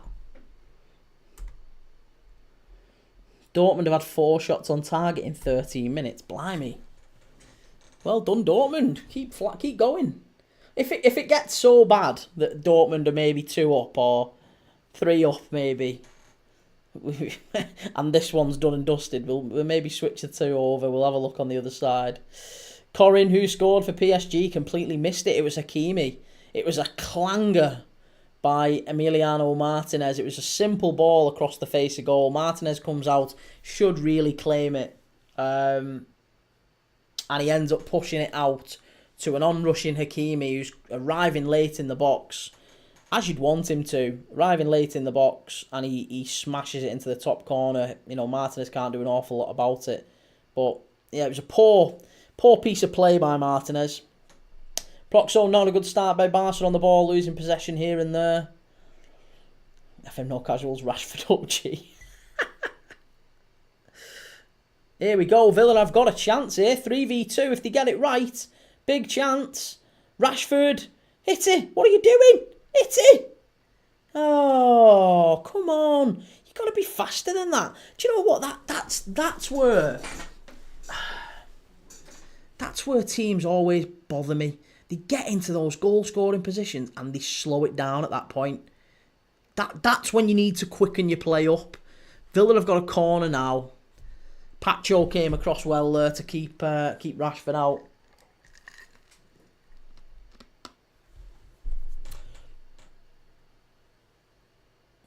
It's not 2-0. Yeah, no, it's not 2-0.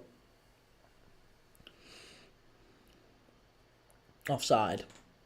Rashford with the corner for Villa. Ball in. Flicked on. Comes out to the edge of the area. Luca Dean's going to have to put it back in. Terrible offside, though.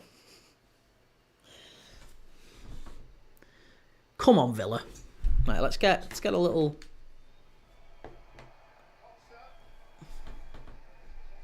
Oh, chance! Oh, Pau Torres. There's the shot on target, at least. Had 1 shot on target now, Villa. Oh, they're in again. Get it across the face of goal. What are you doing? There's a claim for the handball. The claim for the handball. They're checking everything when it comes to handballs in the Champions League. Dortmund offside goal. Barca playing a dangerous game doing this. Yeah, might we have picked the wrong game to watch tonight? You know, might there be a slight comeback on? Oh, there's a chance here. Maybe he's offside. Yeah, he is. He's offside. Marquinhos plays him on.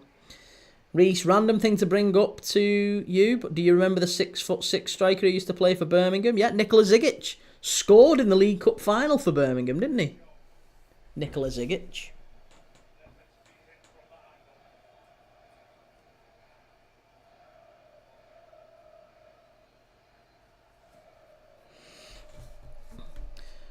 Proxo, what is Yamal doing so far? I'm guessing he's not playing all that well.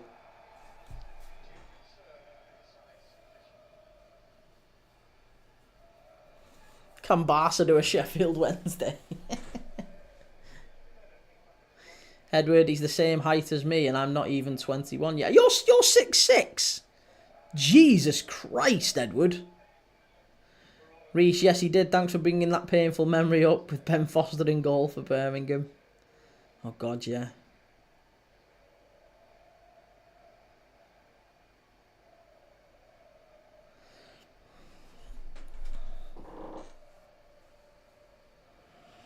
Right, well, PSG are just putting the foot on the ball now. There's absolutely no rush for them. It's obviously 4-1 on aggregate now. That's going to be a tough night for Aston Villa to try and come back from this. They need a goal, I think. Is it fair to say they need a goal before half-time? Would we all agree with that in the chat? Do we think for Aston Villa to have any chance here now? I mean, if you're in that ground now as a Villa fan, you know, you've waited for European football, Champions League football for 30, 40 years. You know, it's been a long, long time coming for Aston Villa, this. You know, we're talking about dads and granddads last having seen Aston Villa in the top European competition, and a full generation, maybe even 2 generations of Villa fans haven't even seen this. So it's such a big, big night for him. And I feel for him because you don't want to go out of this competition with a whimper. You know, at the very least, Aston Villa fans would have come here tonight hoping beyond all sort of doubt that, oh, do you know what? At the very least, maybe we can make something happen. Maybe we can run them close. Maybe we can do something that just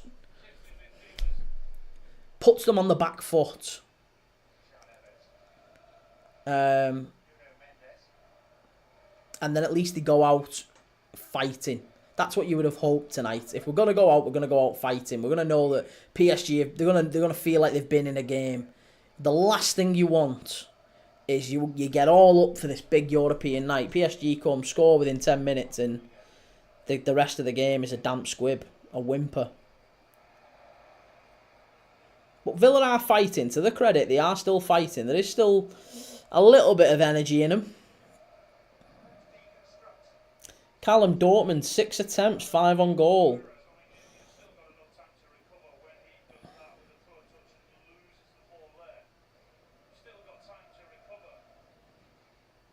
Do you know what? And there's a little bit of, you know, as much as I'm criticising Emi Martinez, I think Pau Torres actually has to take a bit of blame for that PSG goal because there's not really any communication.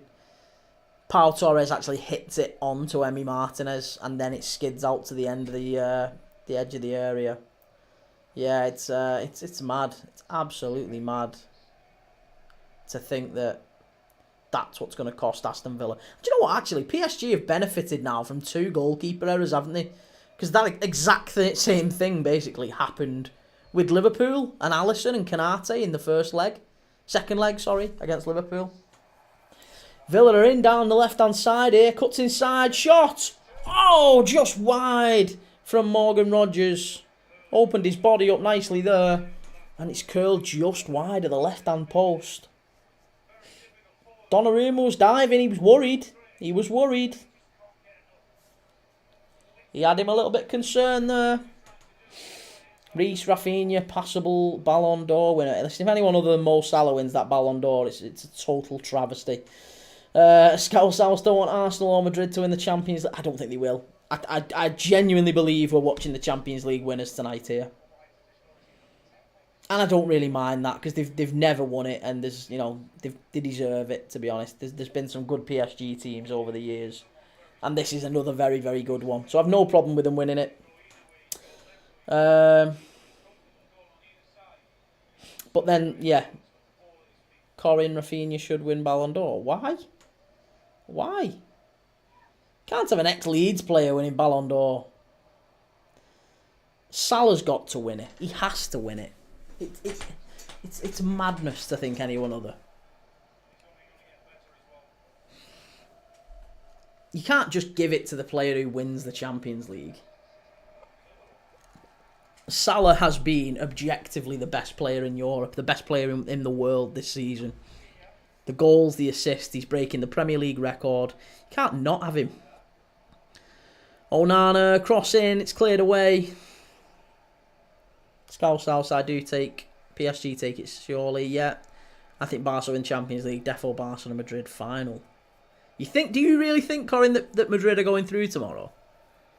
I hope so. Don't get me wrong, I really, really, really hope so. But do you think that Madrid are going through? Do you really believe it? Like, that's what I'm hoping for. Tomorrow night in the Watchalong, I am going to be fully on the Hala Madrid. I might even wear a Madrid top. I might wear my Madrid shirt and fully get decked out in Madrid gear. Like a proper fanboy. Full kit W. But I don't think they will. I don't think they will.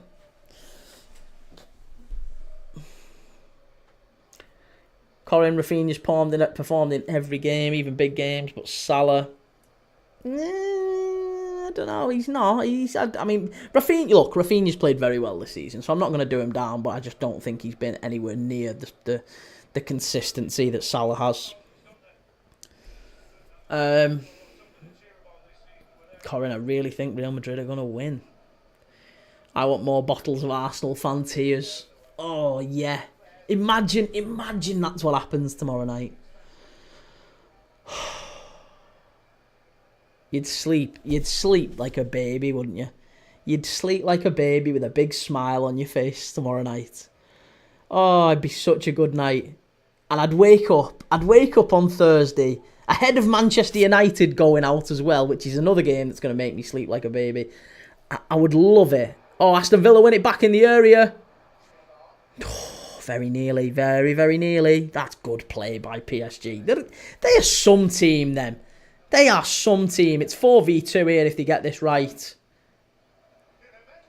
Oh, Nuno Mendes, 2-0. There you go. It's done. It's done. It's 2-0. 2-0. That's incredible. That's incredible. That's sensational. And it's done. It's all done and dusted. John McGinn looking at Martinez there. There's just looks of disbelief across the Villa Park, across the fan base, across the Villa players. Rashford looks dead on his feet. Oh, it's a sad, sad end to Villa's Champions League campaign. But I think they're going to go out with a whimper, as we talked about. The tie is done and dusted. They're not even going to make a game of this. They're not even going to make a game of it. He's onside. There's no problem there. And it's a lovely pass inside from Dembele. And Nuno Mendes, it's the two fullbacks, by the way. And that's how rare is that we've got Hakimi and Nuno Mendes. The two fullbacks have scored tonight for PSG. Fabulous finish from Nuno Mendes, just as it was for Hakimi. Yeah, it's brilliant. Absolutely brilliant. The two fullbacks doing the business for PSG. Kane, terrible from Onana. That's it, man. Corin, Rory talks football. We're blaming the ref, as will Kev on Arsenal team. I can't watch Rory. I cannot watch Rory talks football. You know, I'm not starting any beef. But I've never known another pundit to be as... Yeah. I know lots do find him, lots like him, and that's great, and you know, well done to him for building that. But I just can't stand. I find him very, very irritating, as I'm sure many people find me, by the way. But I find him very difficult to watch. Kane, what is it with people named Onana? Oh, it's a good ball into the box. There's a chance here for Villa if they get it right. Morgan Rogers. Oh, good defending. Good defending by Kvaratskhelia. They're so good in every sense, PSG. You're not going to get too much from them. You're really not. And look at the Villa fans are now kicking off because there's not enough of a press going on. They're just knocking it round the back so casually, PSG, and they're winning every single second ball. And that was one of the things we talked about, wasn't it? Before kickoff, we talked about the need for Villa to win the second balls and to match the physicality of PSG. They haven't done it tonight. They haven't done it. That's been the big thing. That has been the big thing. PSG have won every single second ball. When it's gone up in the air, apart from maybe the first 5 minutes, PSG have won every second ball. Corin, only Thogden is worse. I can't say I've watched Thogden, so maybe that's why. Maybe I don't. Yeah, I don't know. And it's not just because of who they support either. There's a lot of, like I say, I can watch. There's a number of United fan channels I can watch. I enjoy Toffee TV. You know, shout out to Baz and Ped at Toffee TV. I enjoy watching them. I don't mind watching, quite a lot of United fan channels. I watch. I like Rory. I actually don't mind Rory. When he talks about Chelsea, I can watch him. I like Goldbridge. And there's a lot of other kind of smaller, more independent. There's a Wolves fan channel that I watch quite a bit. A Forest fan channel. Newcastle fan channel. There's quite a few that I've watched that are quite good. So it's nothing to do with the club. Oh, that's silly. Villa did very well there to block that because that was a great run from Mendes again, I think. Thogden is incredibly selfish. He thinks he controls the fans. Well, I can't speak on that, but that's poor. There's not a single West Ham podcast I like. Whinging pins in the bottoms. It's the only West Ham podcast I know of is I can't remember exactly what it's called, so I'm not going to say it in case you might go and search it on YouTube and it doesn't exist. But I think whatever. I'm not going to get it wrong. But there's a West Ham podcast that I'm aware of, and I only became aware of him because they pay. Where I've got that little scoreboard above my head, they pay like £400 or £500 to have every month to have this nice shiny, like Mark Goldbridge does, like a lovely, the teams and the scoreboard ticker and some stats and a live score, all that sort of stuff, like a nice graphic. They pay to have that made, and I had a company approach me and say, "Oh, do you want us to do one for you?" And I was like, "Oh, that'd be interesting. Yeah, how much is it?" And they're like, "Oh, it's like £500 a month for our most basic one." And I was like, "Yeah, I can't afford that. Sorry. Maybe in future, maybe if the channel's doing all right, we can invest in that sort of thing. But I can't pay £500 a month for a nice fancy screen." Reece, I used to dislike Goldbridge, but now he's all right. I think Goldbridge, and I think he'd probably admit this, Goldbridge in his early days was very, very controversial because that's what gets clicks and views. It's kind of like what I think there's a lot of other, I'm not going to name who, but Rory does do a little bit of it. Villa are in. There's a claim for a penalty. He's not getting it. Yeah, Rory Talks Football does quite a lot of controversial stuff. Other fan channels do quite a lot of controversial stuff to try and get views and clicks. So they get the views and the clicks, and then once they've got the followers, then they mellow out and then they become reasonable and can have a balanced conversation about football. I'm trying to do it the opposite way around. And nobody wants to watch someone who can have a sensible conversation about football where there's a little bit of balance. They want to see people say he's either the worst player in the world or the best player in the world. There is no in between. Goldbridge is also sponsored by Boohoo Man, so he's all right. Hey, I wouldn't mind. Oh, Oh, it's 1-1. It's 2-1. It's 2-1. It's Yuri Tielemans. And I said there wouldn't be goals in this. I said it'd be low scoring. I have got it all wrong. It's 2-1. Villa might be back in this. Just might. They just might. Yeah, I'd love to be sponsored by Boohoo, man. So if anyone's watching, could do with some new clobber.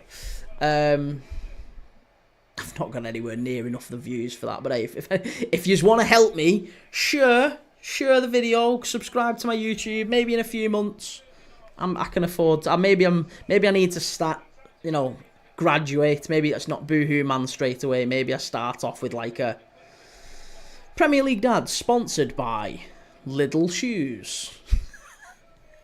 Or, whatever. Kirkland, Costco's own. I'd be happy with them.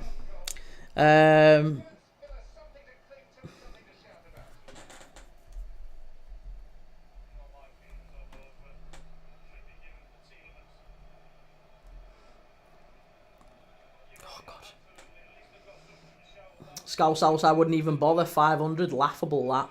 Proxo, that scoreboard is good enough. It does a job, doesn't it? It's alright. Does a job, that's all we need. Proxo, my predictions going in. Your bet. Prem Dad sponsored by Farm Foods. Listen, I'll at this point, I would be gladly sponsored by most brands.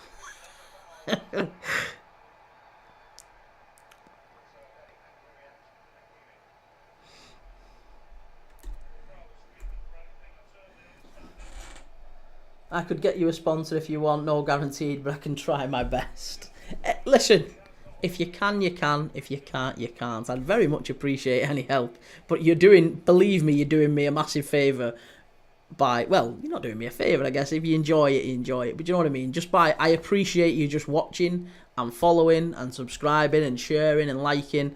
That's all fantastic. If you can do any more, then that's all beautiful, and I'll love you forever for it, Corin. But don't feel like you have to.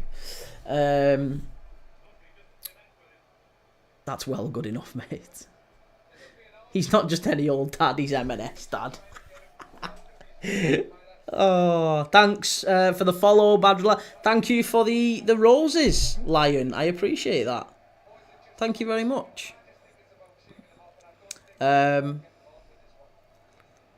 Yeah, funny story. When I wouldn't do this anymore, but when I was a recruiter, when I worked in recruitment back in the day, 10, 15 years ago, I had 2 clients who I worked with. One was the Royal Society for the Protection of Birds, a wildlife charity protecting animals. And then another client that I worked with was, I won't say the name of the business, but they are a pharmaceutical company that tests on animals.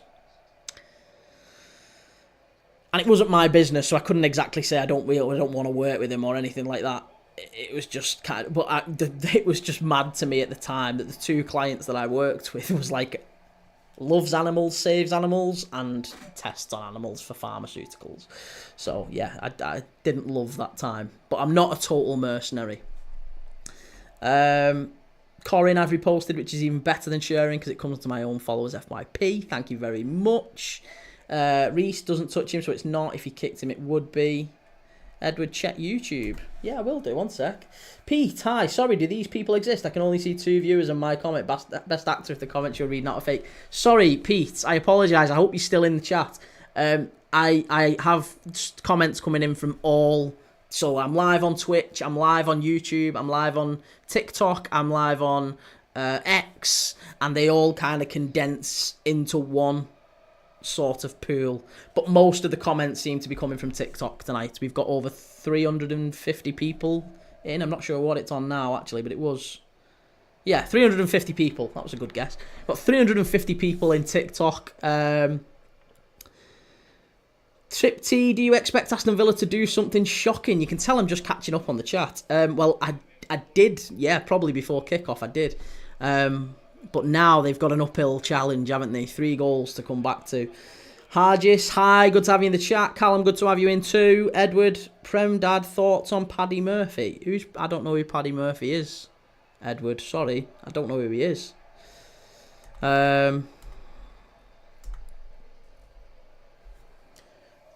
Reese, Prem Dad sponsored by Boots. Proxo, terrible challenge by De Jong. I've not. Is this in the Barca game? Bothering again. Oh, PSG very nearly making it 3 there. Prem Dad sponsored by Butlins. I absolutely would not be sponsored by Butlins. Oh, that's a great piece of play. PSG, good save by Martinez. Yeah, Butlins I went to with we did like a work trip to Butlins, and it was everything that I was expecting it to be. Scouse, not that I'm in any way snobbish or anything like that. We did caravan holidays until I was a teenager. You know, I'm about as working class as it gets, so I'm not in any way a snob. Don't worry. But yeah, Butlins was good fun.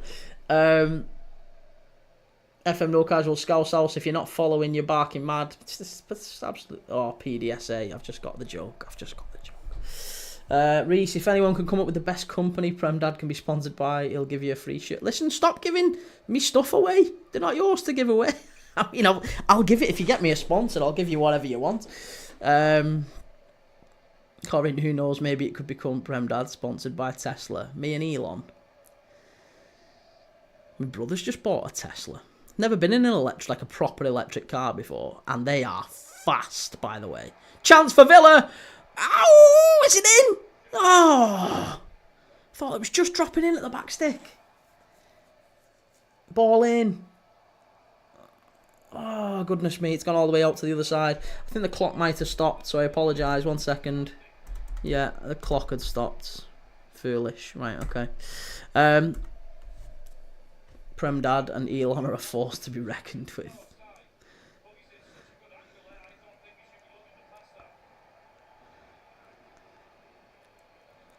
Yeah, they are. Teslas are absolutely rapid. Edward, Prem Dad sponsored by Slimfast. Hey, listen. I'm not on Slimfast, but it's coming off slowly, gradually. It's, you know, I'm getting there. Look at that! I got here. Show you. Got my little girl a Happy Meal today. What did I get? An apple and grape snack pack. I've not eaten it, mind, but I got an apple and grape snack pack from Mackey's because my little girl wanted a Happy Meal. Corinne, Villa on great form. Reece Cronshaw, Prem Dad sponsored by Tesco Finest. I could do with that'd be nice actually. I'd love. Ideally, you want sponsoring by someone who can give you some good freebies.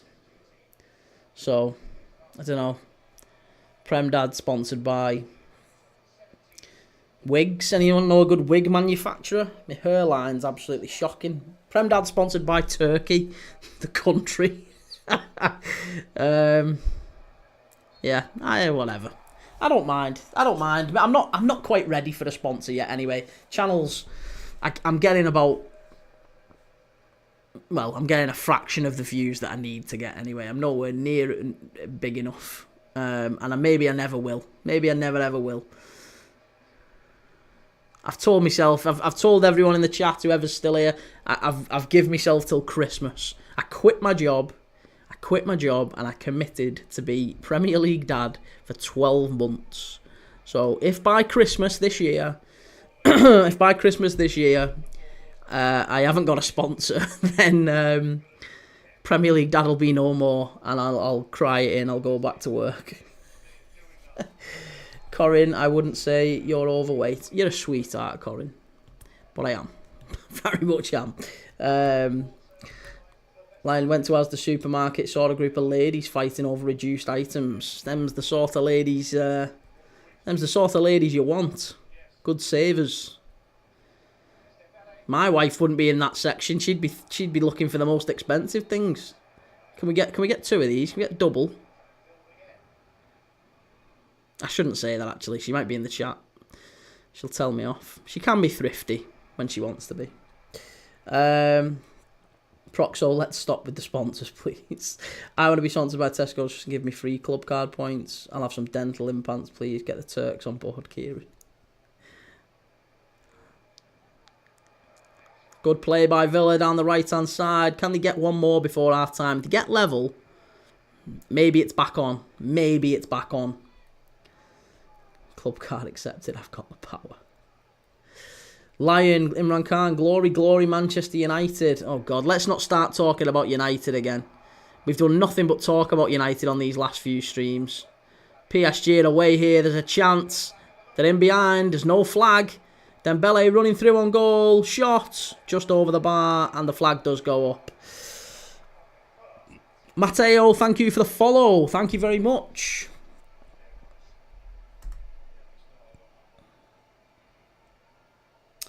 Edward, he's the Irish Liverpool fan that wears United tops. Haven't seen him. Genuinely haven't seen him. Lion, biggest English club going.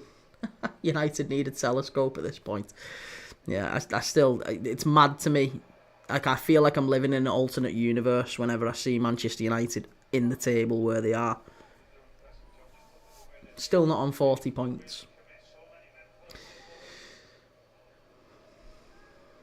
Do you know Liverpool haven't finished lower than 8th since the 1960s? And Manchester United are here chilling in 14th. United, where do I start? Only joking, we're not starting that again. I'm sure we'll come back to it at some point. It's just nearly half time here now. Villa 1, PSG 2. It's 5-2 to PSG on aggregate. I mean, what do we make of that first half, people? What do we make of that first half? Lion, thank you for the roses again. I appreciate it. Volg hablame al privado y os paso enlace en español 4K par verlo. I don't know what that means. I'm guessing you're telling people to go and watch this in Spanish somewhere else. Would that be right? I don't know. Edward, we finished 10th in 2011 or 2010. No, I'm sure the lowest we finished is 8th. Sure, we only finished that. We've only ever finished in 8th. Technically, we'll be the most successful club in Prem history with this league. Yeah, look, unless you're counting charity shields, take charity shields off, and we are comfortably bigger than Manchester United in terms of trophies won. United hold that. Right, well, listen, I'm going to stop the clock because we're on half time, obviously. Yeah, so what do we make of that? Let's get back to Villa in the chat. Do we think Villa can turn this round? Javier, talk to me in private and I'll pass you a link in Spanish 4K to see that. Yeah, I thought it was something like that. As soon as I saw 4K. Should really ban people like that, shouldn't I? But I can't be bothered. If there's loads come in, then I'll get rid of them, but I'm not bothered. Couldn't give a monkeys. Just keep doing what you're doing, mate.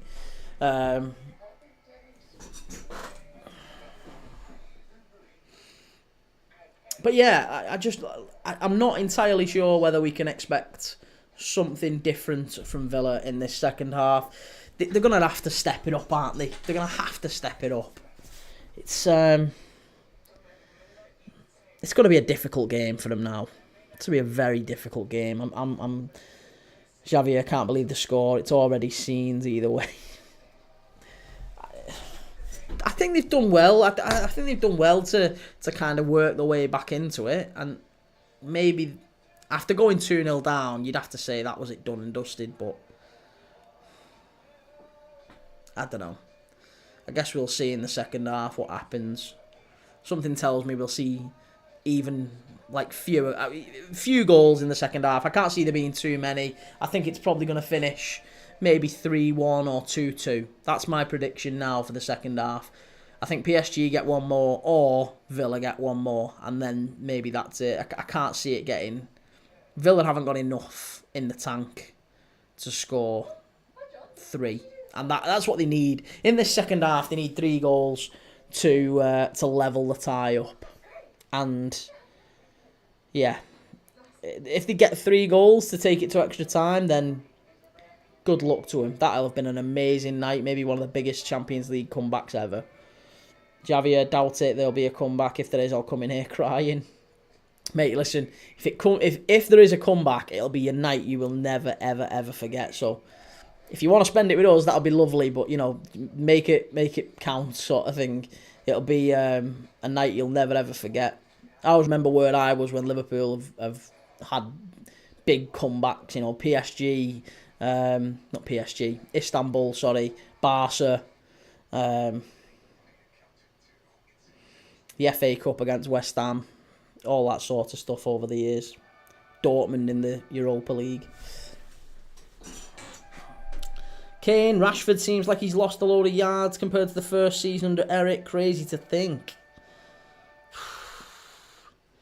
Yeah, I mean, Rashford's, after what we said in the first half and before the game about Rashford being someone who's kind of getting his full-back square and taking him on, we've not really seen any of that from him tonight. Proxo, first Barca Harambol game in the season. Javier, phones on 6% too. Go and get it charged, mate. Go and get your phone on charge. You've got a big second half here. Come on, don't give up. There's still time yet. Villa have got time to turn this round. They need 3 goals. It's a big night under the lights at Villa Park. Come on. Why can't you charge your phone?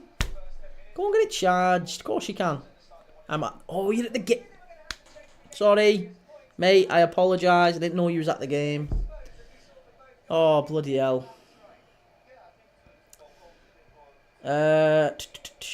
Charlie, thank you for sharing the live. Scouse House, I'll see you in a bit, mate. Take it easy. Corin, can you name all Charity Shield winners since 2020? Bloody hell. That's a tough one.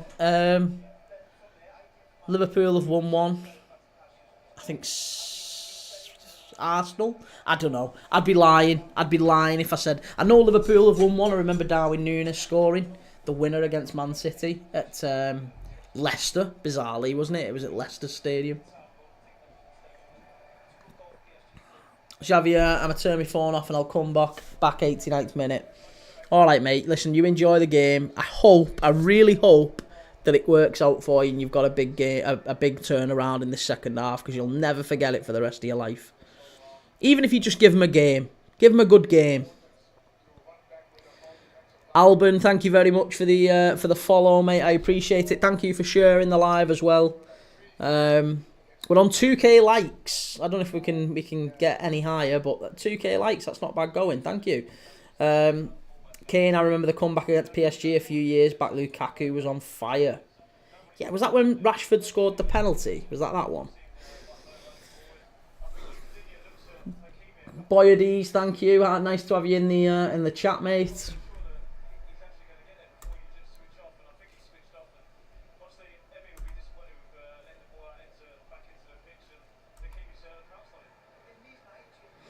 Timer El Fagel Stesso Ale Paris. Paris are playing very well. They're playing very, very well. As we expected them to. And, you know, Rooney's just mentioned it there. And he mentioned it before the game, actually. And it was... I think he said it literally as I was saying it, or just after. I can't remember. But I remember clocking that he'd said about the second balls being a big thing tonight. And I know that's maybe not always, that's kind of general, isn't it? Like, they're always a big thing, winning the second balls, make sure you win your individual battles. But I think tonight, the way that PSG have set up, it was always extra important to win them. And they've just been, Villa have been played through. Too easy tonight. They've been passed through. That second goal from Mendes was a killer. It's a great finish as well. Really, really smart play. Edward, I remember the West Ham comeback, that free kick from Gerrard. The West Ham comeback? What free kick? Free kick from Gerrard? I don't know which one you're on about. Paris Saints, lucky own goal. PSG just have insane chemistry. I'm rooting for PSG to win the Champions League this season.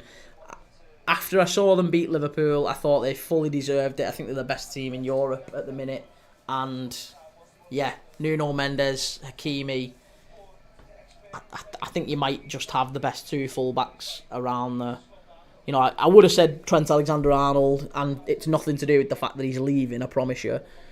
But Hakimi has been different class this season. He has been really, really good, and that finish there was brilliant.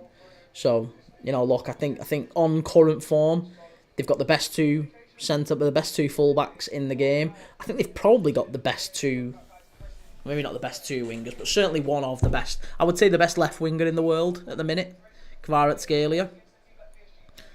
I know people like Rafinha, that's fine, yes, blah, blah, blah, he's doing well. But I think Kvaratskhelia is different class.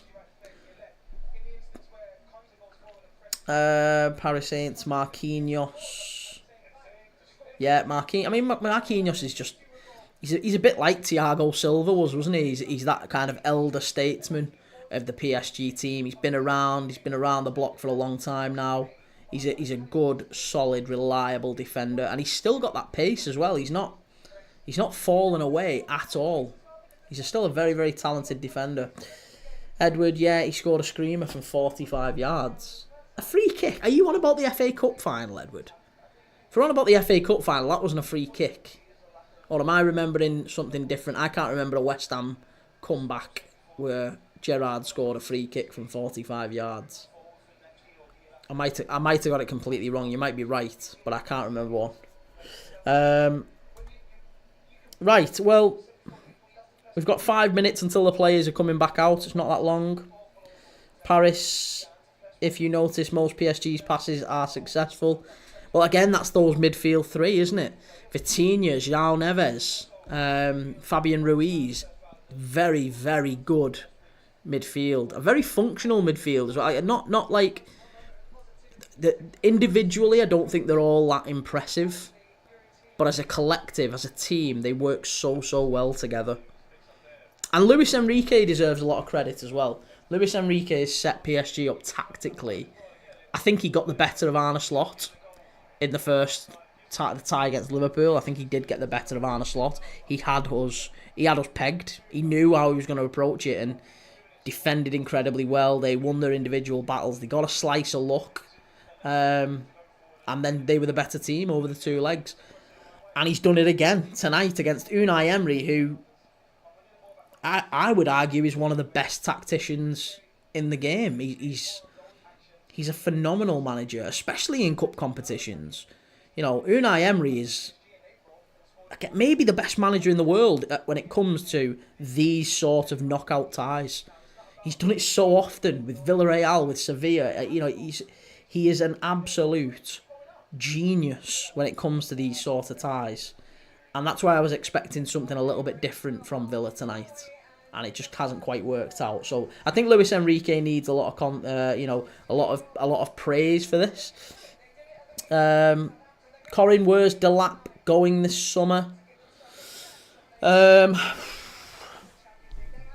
think Chelsea.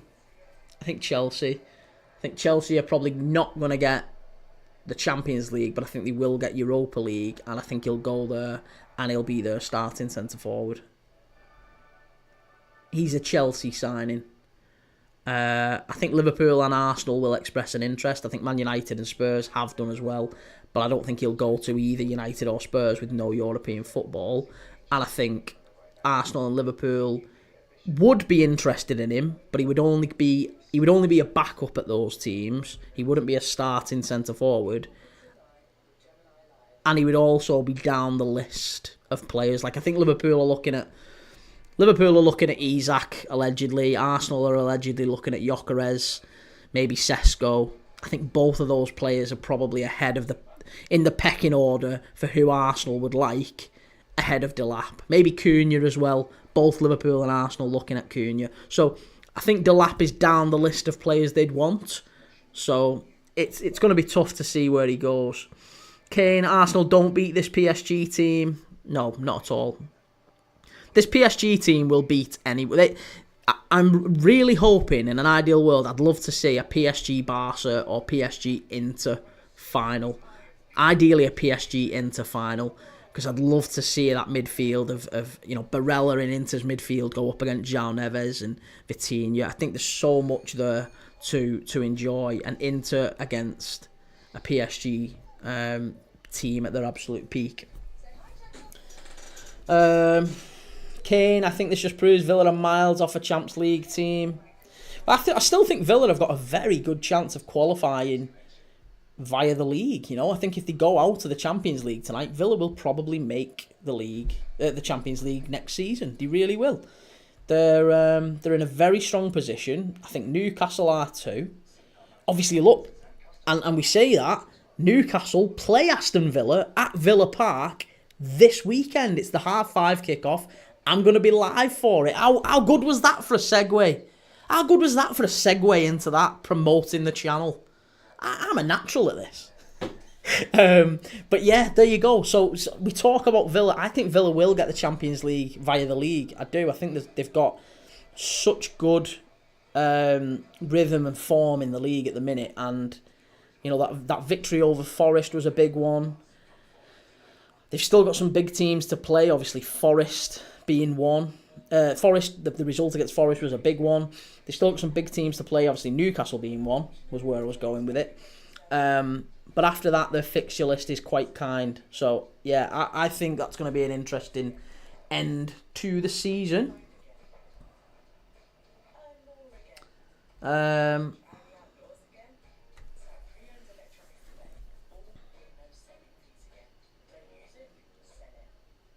Corin, what I've noticed is that we talk about former City under-21 as if they played for ages, like Parma, Delap. That's true. Yeah, I think Bayern beat Inter, honestly. Really? Do you think Bayern turn it round tomorrow night?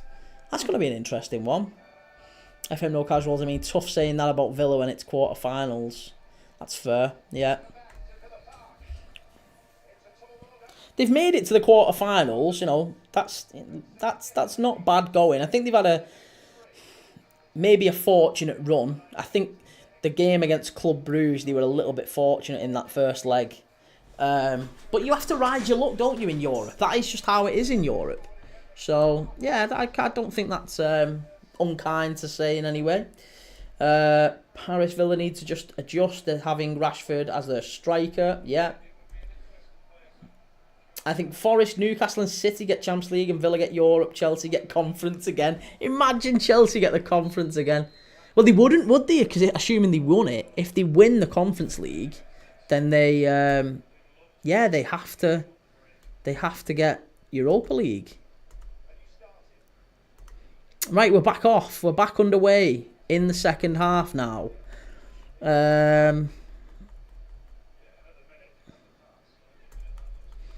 I still disagree. Lots of players there are Champions League players. Ooh, Villa player gone down there early in the second half. The referee stopped it for a potential head injury.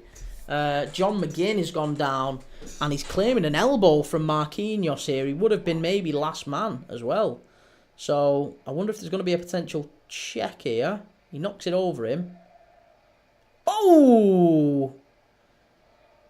I don't think you're going to get a red for that, but that was naughty. There was a definite kind of movement of the elbow, wasn't there? That was a little bit naughty. That, not sure about that. He's very unlucky, very lucky to not be sent off. Ben, how sad is the Coutinho debacle? He was absolutely world class. I love Coutinho. I say this all the time. Again, I am probably stupid to do it, but he would be in my Liverpool all-time 11. I would put Coutinho in there. He was just every game. He was so good, so good. You enjoyed watching him play. He was like Coutinho was like Ronaldinho was to me. I'm not saying he was as good as Ronaldinho, by the way, but that Brazilian magic. Ronaldinho made football fun to watch, and there's not many players like him around anymore. Coutinho was in that bracket, that's what I mean. And every time I watched Liverpool play against... And it was so funny watching teams try to play against Coutinho as well. So funny try to watch him play against him, because they'd either try and put someone on him, man mark him, and he'd just dance around him, he'd flip the ball around him, he was so good 1v1, or they'd stand off him. They'd stand off him and say, go on, we'll keep you there. You're not getting into the box, but we'll keep you there at this. And then he'd ping him in from 30, 35 yards out. He was indefendable. You couldn't defend against Coutinho for that kind of 18-month period. It was exactly the same as Suarez.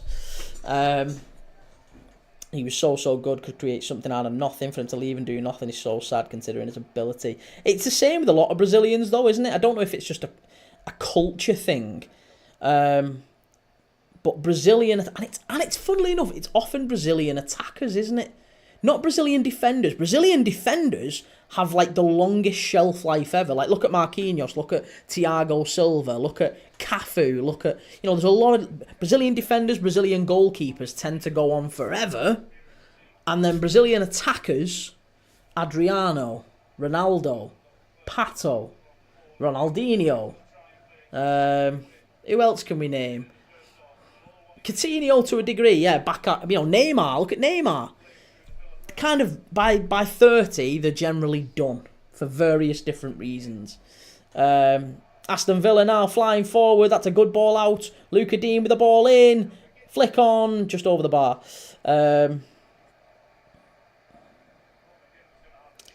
Rodgers, I agree. Asensio, I agree. Martinez, definitely. Marlon, yeah. Villa still need to upgrade a lot. Well, they need to upgrade, I think, if they're going to challenge. But I think you could say that about Newcastle. Like, look where Newcastle are. Look where Newcastle are. And look, if Newcastle were to win their game in hand on Wednesday night, tomorrow against Palace, Newcastle win their game in hand, they go third. And they're only, I think, 3 or 4 points off Arsenal then, aren't they? Like, they're on Arsenal's tail. They could potentially finish second this season. It wouldn't be beyond the realms of doubt or possibility. And I look at Newcastle's squad and I think Fabian Schär, Dan Burn, Trippier, Pope, Livramento, Murphy. Are these Champions League players? Like, they've been very, very useful squad players, but I don't think they're any different to John McGinn or Marcus Rashford, Matty Cash, Pau Torres. I look at Villa's squad and I look at Newcastle's squad and I see an awful lot of good players who could, maybe be reasonable squad players at an Arsenal or a Liverpool, and then like 3 or 4 top quality players. Like at Newcastle, it's Tonali, Joe Linton, Isak, Bruno Guimaraes, obviously. At Aston Villa, it's Rodgers, it's Watkins, it's Emi Martinez at the best of times. I think Jacob Ramsey is massively underrated as well, Newcastle are 3 good signings off being a confirmed top 4 team most seasons, in my opinion. I think you could say the same about Villa. I really do. The only defender is a Champo defender. It's Konza. Corin, Salah, man. Oh, money. Oh, yeah, that Irish fella on Soccer AM. That was so poor, that song, wasn't it? Catchy, though.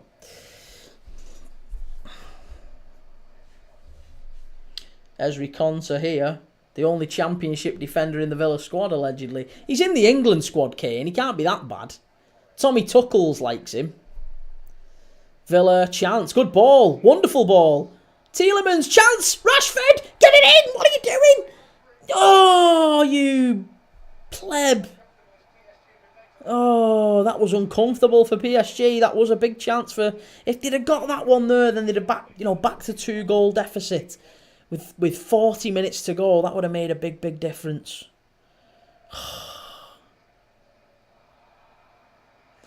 Okay, no, I said Champions League defender. You said Champo defender. PSG are in. Wonderful finish. Is he on? Flags up. 2-0 Dortmund. Blimey. He means Villa have one Champions League standard defender. I like Con. Right, well, yeah, what you mean and what you said is different. You said Champo. And I'm not a Geordie. Or a Mackham, sorry.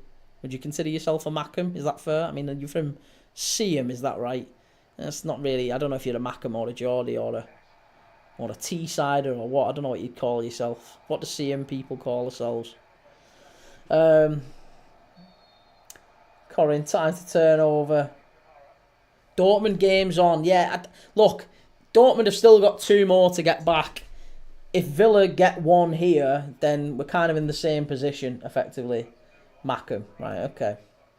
Yeah, I thought you meant championship. I was going to say that's a bit harsh, but he is. He's not a bad defender, is he? But see, I would say Konza is like it kind of makes me mad that Ezri Konza gets in the England squad and Joe Gomez doesn't. Joe Gomez is better than Ezri Konza. Kvaratskhelia shot, good block by Ezri Konza. Good block.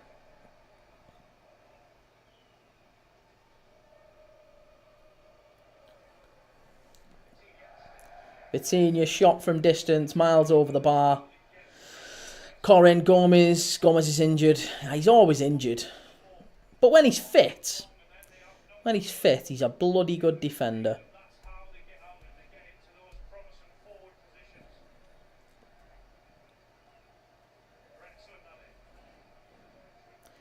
FM, think you're being a bit biased there, Kieran. I am not being biased. It's not 3-0 Dortmund, is it? It's not 3-0 Dortmund. McGinn with the shot. It's 2-2. It's 2-2. It's John McGinn. It's on here as well. Forget Dortmund. Come on, the villains. Oh my God. Do you know what? Javier, the guy who was in the chat at half-time, and he's at this game. He turned his phone off because he only had 3% battery. He said he's going to come back to us in the 90th minute. Can you imagine if he turns his phone on and Villa are level? That was a great shot by John McGinn. Wonderful shot. I think Donnarumma should do better, though. But it's 2-2. It's 2-2 and it's back on. Here's Javier. We've just been talking about you, mate. Come on, Villa. It's 2 more. 2 more needed. Come on, Villa. Wonderful John McGinn. Tielemans and McGinn. Honestly, think about it. If Villa do turn this around, they need 2 goals in basically 40 minutes now. This is game on. Game is on. They just can't concede another one. FIFA, FM No Casual's got to hand it to them for that, for their character here. Yeah, to be 2-0 down and come back. That's... Yeah, I mean, look, I said if PSG scored first, the tie's over. Absolutely not the case. This would be one of the greatest comebacks of all time. Come on, Villa. I don't root for English teams. That's not me. I'm really rooting for them here. Come on, Villa.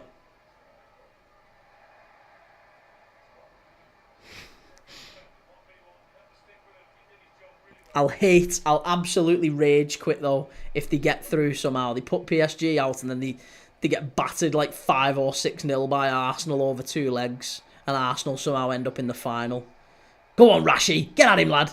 Get at him. Hit it. Oh, good save. Oh, Rashi.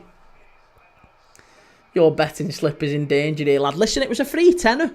I have no problem. If it goes, I will take... If Villa go through here, I'll take the £10 loss. But I get my tenner back, so I'm all good. I'm happy either way. It's only 3-1. Please, God, turn it round. I'd be happy to lose on pens. Just want to have that word. 2-1, Barcelona. Brahmi Bentabini's just scored. So I think that's Barca back over. The tie is pretty much done there. Back in Dortmund. Chance! Yes, 3-2! It's on! It's Ezri Konza! Go on, Villa! Oh my goodness me, what is happening? What is happening here? Ezri Konsa's just smashed it in.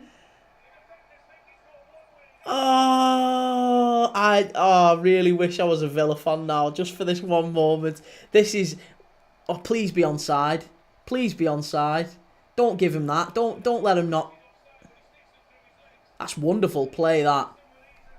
Oh, I tell you what.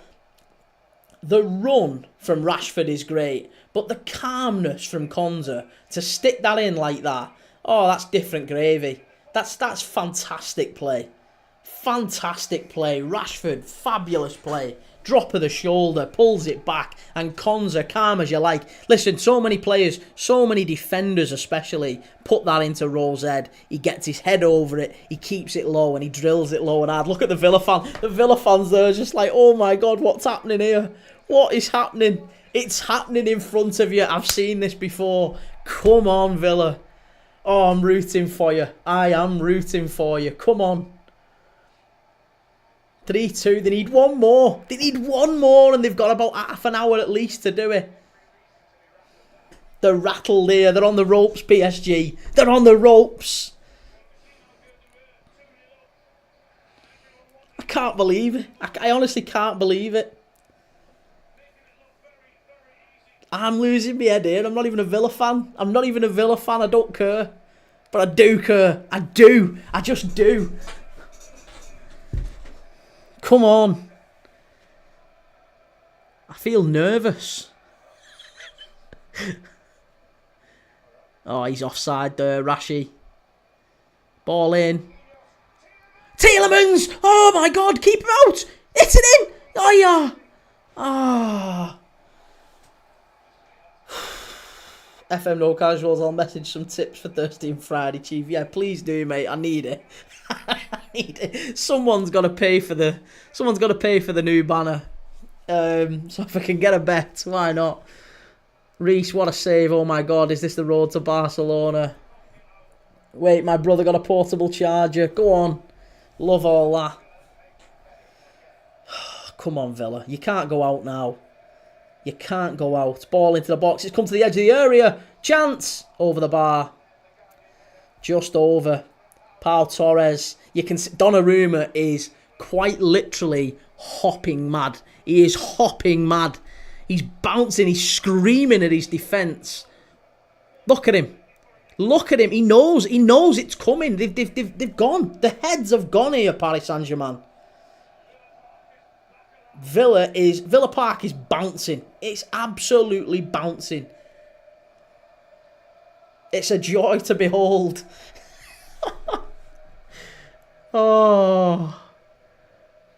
Mate, how can you hear what I'm saying? If you're in Villa Park, you must have the best headphones ever. How can you hear what I'm saying? Drink it in. Forget me. Like, I'm not telling you to leave. Trust me. Drink it in. Be in the atmosphere, mate. Trust me. Leave the chat. I'll still be here later. I'll be here at full time. I promise you. Due's come on for Barcola. Donnarumma keeping PSG in this. I mean, look, it's not over yet.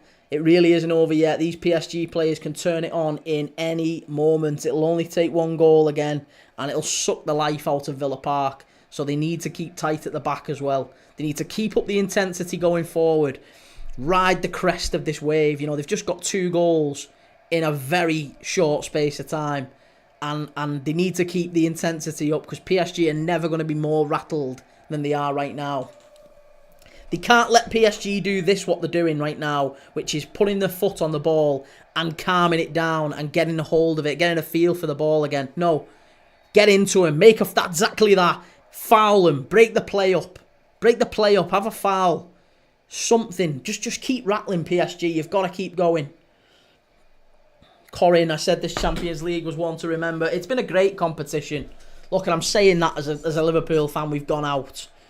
But it has. It's been a fabulous competition this year. Sister Fister, what a game, eh? Oh, yeah. It's been unbelievable. Another... I just hope and pray that we get a same sort of comeback tomorrow night in the Real Madrid-Arsenal game. Can you imagine? Can you imagine? As long as this is the only comeback. Ah, Reese, I knew you'd say something like that. FM No Casuals, the new format has worked. PSG down the touchline. Good clearance by that man again, Ezri Konza. The man who Kane said's only a championship defender. I stopped what I was doing and put the game on. Mate, it's been brilliant. Been brilliant, Edward.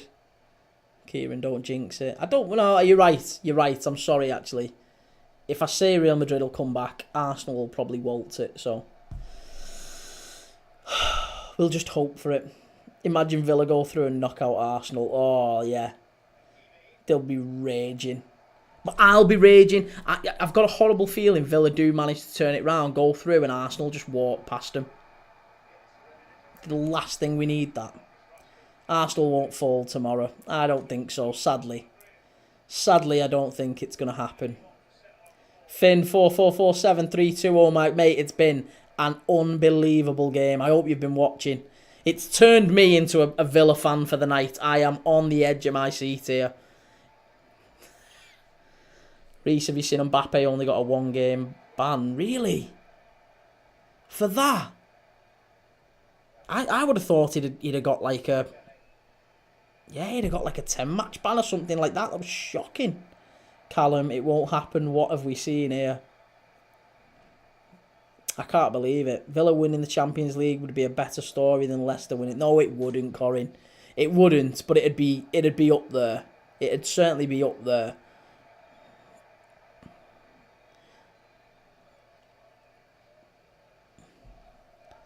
Villa winning the Champions League would be hilarious, though, in the same season that Arsenal think they're going to win it. Have you seen them? Have you seen them Arsenal fans, by the way, swanning round outside the Emirates with Arsenal Champions League winners 25 on the back? It's that, isn't it? That's what people. That's why there's like a collective of rival fans who are just dying to see him go out tomorrow night. Leicester winning the Prem will never happen again. Well, we never thought it'd happen in the first place, so you never know. This is why we love football. Leicester, this is why we love it, right? The underdog beating the team that they shouldn't be beating. The team that's already ahead by 2 clear goals and goes 2 more clear goals ahead. This is why we love football. Dembele, good save by Martinez. Yeah, this is what it's about. This is why football is the most watched sport in England. It's one of the most watched around the world. It's why the Premier League is this global brand, and you can't make it up. Like you can't fix football to this extent. If you could, maybe you can. Maybe I'm stupid and it's all played out under my nose, whatever. But even still, it's an unbelievable story every time, and every time you see things like this played out, and you think to yourself before kickoff, they couldn't, could they? I mean, we said it at half time, didn't we? 2-1 to PSG. They were what, 5-2 up on aggregate at half time, and we all said at half time, I think the tie's pretty much done, you know. Even if Villa score, it's still pretty much done. And then all of a sudden, look, Asensio's coming on now. McGinn and Onana's going off. Asensio and, is it Watkins coming on? Who's coming on? Asensio and Jacob Ramsey. Jacob Ramsey, one of my favourite Villa players, actually. A very underrated player, Jacob Ramsey. Scouse House, I'd give £1,000 to see them out 1,000%. Corin, Blackburn spent their way to win it, though. Jack Walker, famously. And the way they won it, late goal from Shearer. Free kick. Luton going from non-league to the Prem has to be one of the best sporting achievements. Yeah. Callum Asensio is a man who's very underrated. Yeah, we talked about Asensio before kickoff quite a bit, didn't we? You know, a player that I think can unlock a defence, but he has fallen under a bit of scrutiny, I guess, from Unai Emery recently. He hasn't maybe played as much as he would have liked, played as much as he should have done. That was a great goal from McGinn, an even better one from Konza there. Blackburn winning the league was the best Prem story ever. It was, it's always good when you see a team breaking the monopoly. And I include Liverpool in that, by the way. I still think that when Manchester City are doing what they're doing and spending what they're spending, when you see any team winning the league that's not Manchester City, it should be kind of celebrated by the rest of the league. I don't like Arsenal, and I don't want to see them win the league, but I would much rather see Arsenal win it than City. And I'd like to think they feel the same about Liverpool, but I know they don't. I know it's not about that for them. I know it grinds on the fact that City have been the team beating them all these years, and then they fall away, and it's Liverpool beating them this year. Arsenal going invincible was better than Leicester winning the league. Reece, behave yourself. You drew 12 games, mate. Villa Park is rocking. It is absolutely bouncing, Villa Park. They just need to keep up this intensity, because PSG have done very well in the last 5-10 minutes, just taking the sting out of this one. It's exactly what I warned against. As soon as Villa scored to make it 3-2, they did just take the sting out of it a little bit. They've had, and they're doing it now. They're doing a great job. This is game management at its absolute best. Knock it around, keep hold of it, keep Villa chasing shadows. One touch stuff. They're just playing. It's basically just a massive rondo on the pitch. That's what it is. It's one big rondo. One touch stuff, pass and move, keep hold of it, no rush. If you get the ball, put your foot on it and let Villa come to you. Keep Villa chasing. That's what the whole thing is about now. If Villa go through, Arsenal make the final easy. I would say so. Villa are in. Oh my God! How's he missed that? That was a foul. That's a foul and a free kick. Oh, who was that who was clean through then? Asensio. Oh, you've got to score. You've got to score. It was a great ball through. He opens his body up. It's a lovely ball, and he really should do better. Oh, it's a good save by Donnarumma. It's a good save, I guess. Oh.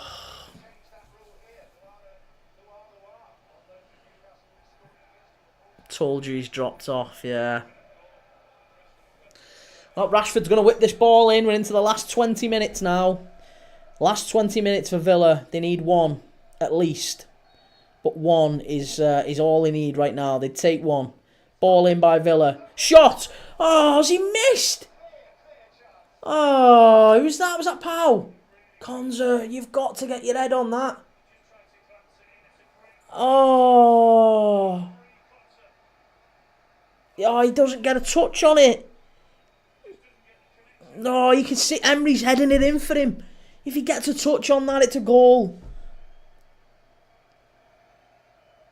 This has been a fantastic game. No matter how it ends, no matter how it ends up tonight, it's been a phenomenal game. Absolutely phenomenal.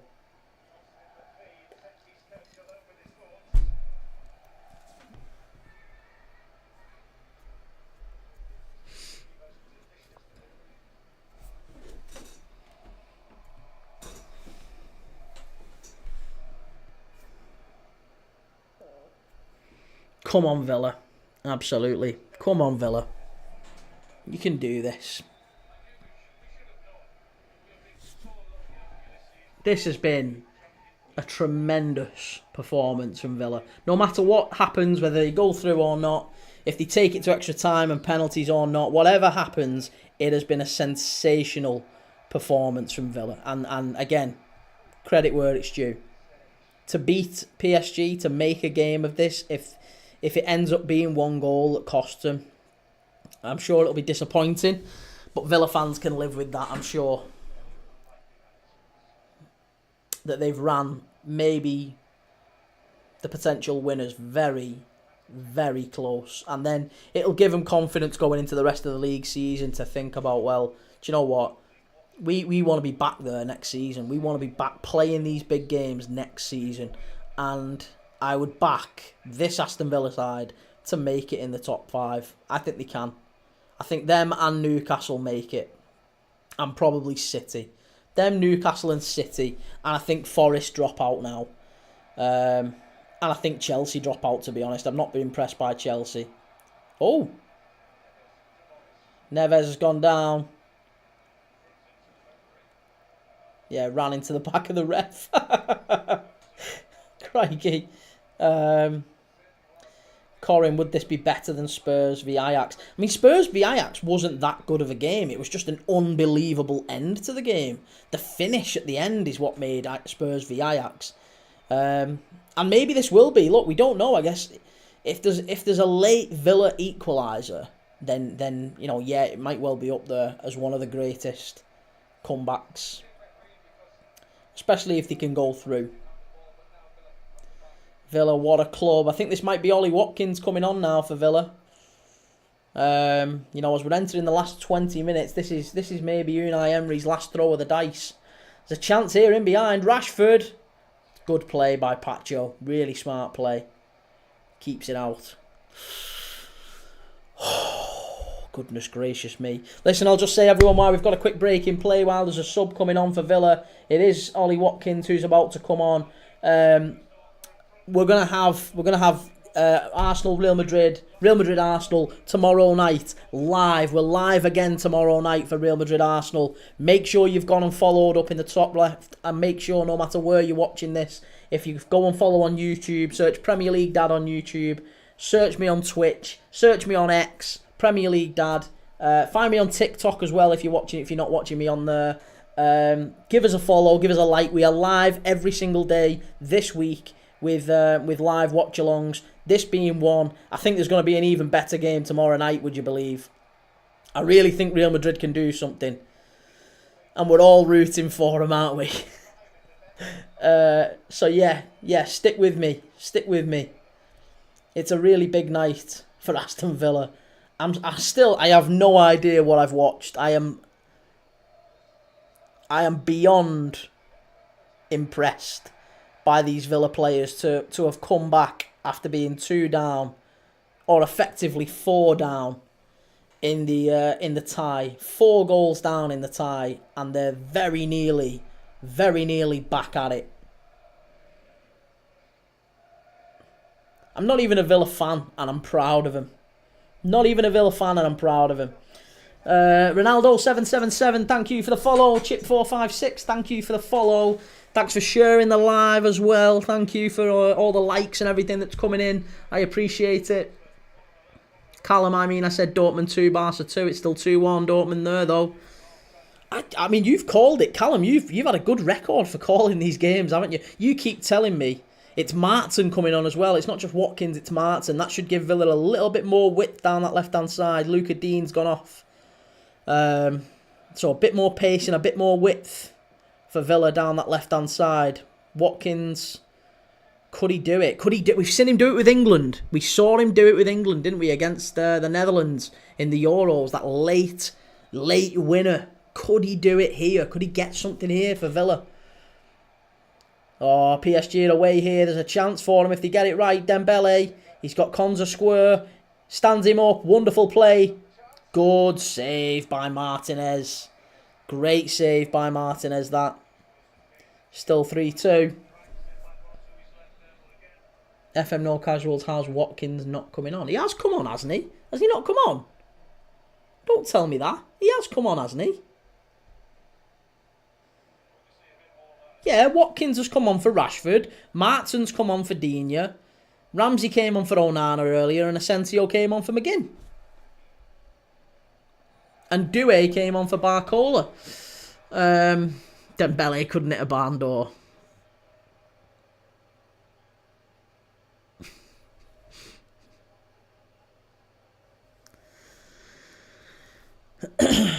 Matty Cash with the long throw up the line. We are into the last 15 minutes or so. Well, 13 minutes plus added time for Villa.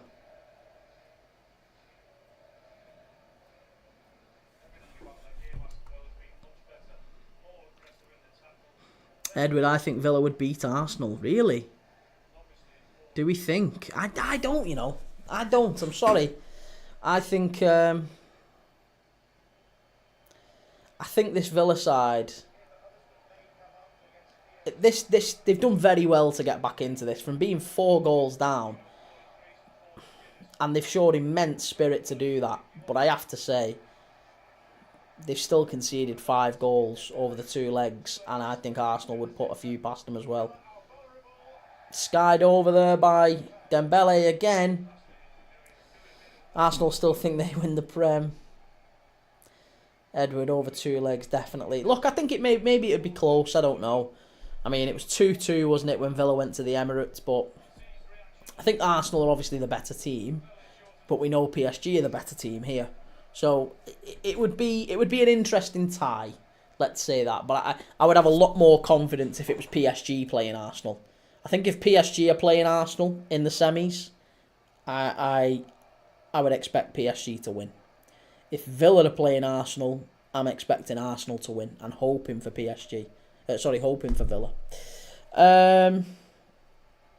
Scouse, that's why you want PSG more competition for Arsenal if Madrid can't do it. Yeah, I mean, that selfishly that is the case, but I'll be honest, mate, the way that they've played tonight, I almost don't care. I want Villa to go through. I really want them to go through. It's been a great game, and it'd be so sad if they didn't make it after this. Hit it, Watkins! Oh, over the bar. Poor. Should have passed that through there, Rodgers. Poor. Really poor, that.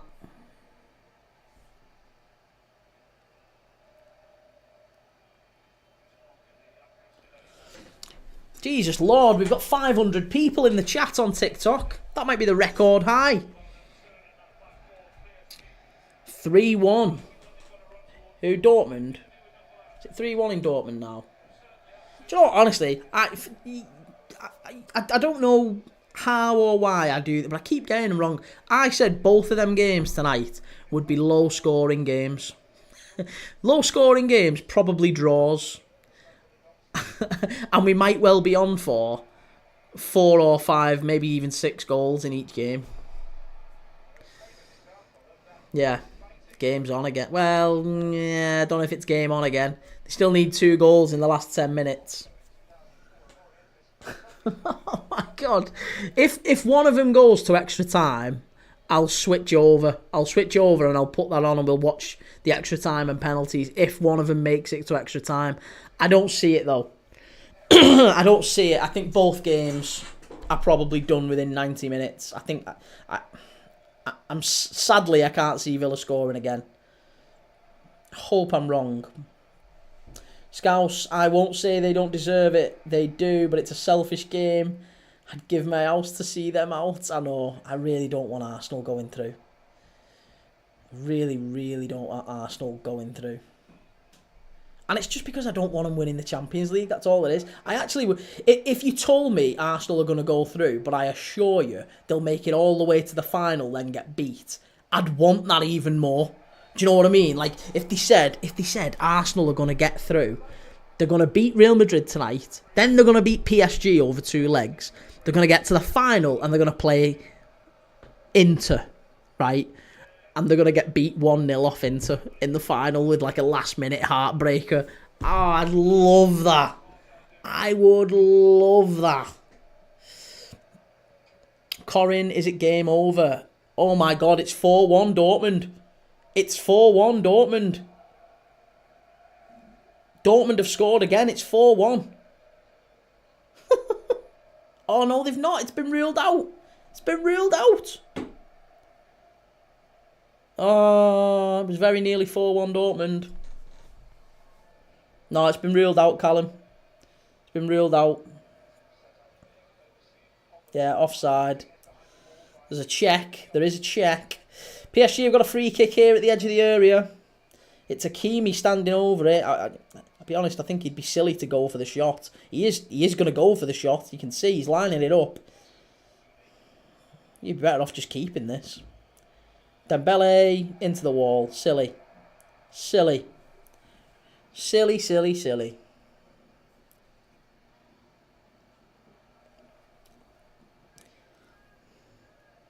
Yeah, if that one had gone to 4-1, that would have been incredible. Callum, why are Barca trying to hurt themselves? Just sit in your own box. Right, here we go. Morgan Rogers driving Villa forward. Chance. Great ball out wide. Oh, Martin, you've got to get to that. You've got to get to that. This competition needs United. We have to... Oh, behave yourself. This competition needs United. Need United like I need a hole in the head. Corin, I'm the only Everton fan in my family. Everyone else supports Arsenal and Spurs. Oh, PSG very nearly. It was Hakimi again. It's only fullback scoring for PSG tonight. Jesus Lord. Hakimi getting forward. They're playing as right wingers, them two. Well, wingers. Hakimi and Mendes are the furthest two forward again. Oh no, that was Dembele in the box. Apologies. Callum, I think Inter win it. Barca won't win the Champions League after this. Yeah, I mean, I've said for some time now, I thought the same, mate. I agree with you. I think Inter are dark horses. They really are dark horses. Arsenal and Everton on my shiz list. Kvaratskhelia has just skied it into the Holt End. Is that the Holt End? I can never remember. Arsenal and Everton on my shiz list. Listen, Everton are kind of... they've got a free pass at the minute, Everton. They've got a free pass. Villa, ball forward, cleared away. They're starting to win the second balls again, Villa. That's what's changed it for them in the second half. Oh, that's a wonderful turn by Rodgers. Wonderful turn. If this was Barca, Arsenal, PSG, Barca would be 6-1 down. Oh, Madrid, sorry. Yeah. Right, so we're into the last 5 minutes here. 5 minutes plus added time. Aston Villa 3, PSG 2. Aston Villa desperately need 1 goal to take this to extra time and maybe penalties. Dortmund are 3-1 up at the Westfalen Stadium against Barcelona, who won the first leg 4-0. So it's 5-3. There's still 2 goals needed, but Dortmund are a little bit... Oh, that might be a corner. Is it a corner? No. Dortmund, the second half kicked off a touch later than this one. So there's 10 minutes left in the Dortmund-Barcelona game. Corin, we're alright, aren't we? Yeah, listen, I mean, Everton, I don't mind Everton at the minute. They're alright for a bit. New stadium. You'll start getting too big for your boots, though, in the next couple of years. I am absolutely certain, I'm calling it now, you'll chase David Moyes out next season. That's my big call for next season. Everton are going to chase David Moyes out. After the great job that he's done, Everton fans are going to chase him out.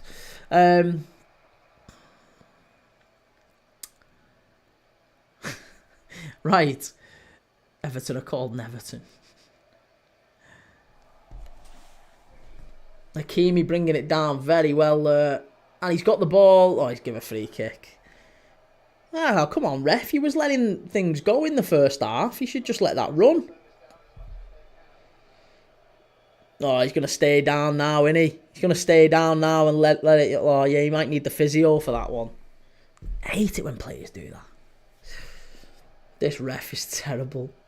He's not. He's just inconsistent. Like he was letting exactly that foul go in the first half. That's what's frustrating. Because in the first half, that doesn't even get blown up for. But now it is. That's what's annoying you. You just want consistency from referees. That's all. If you want to let everything go for both sides. That's fine. No problem. You just don't want is like constant chopping and changing throughout the game. Toured Everton as a kid with school. More coffee cups than silver. Here we go. Hakimi. Good ball. Dembele out to Kvara. Hit it.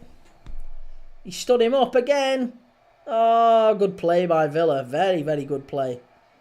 Great play by Matty Cash. Go on, lad. Get it out. Get it up the pitch.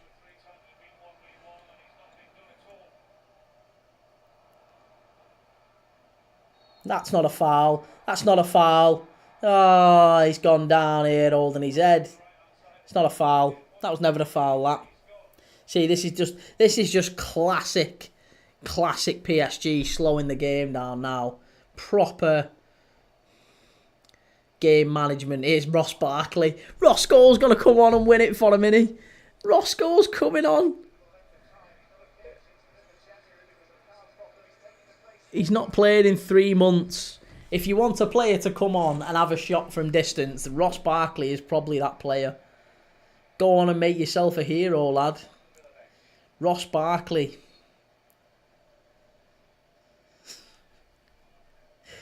Oh, goodness gracious me.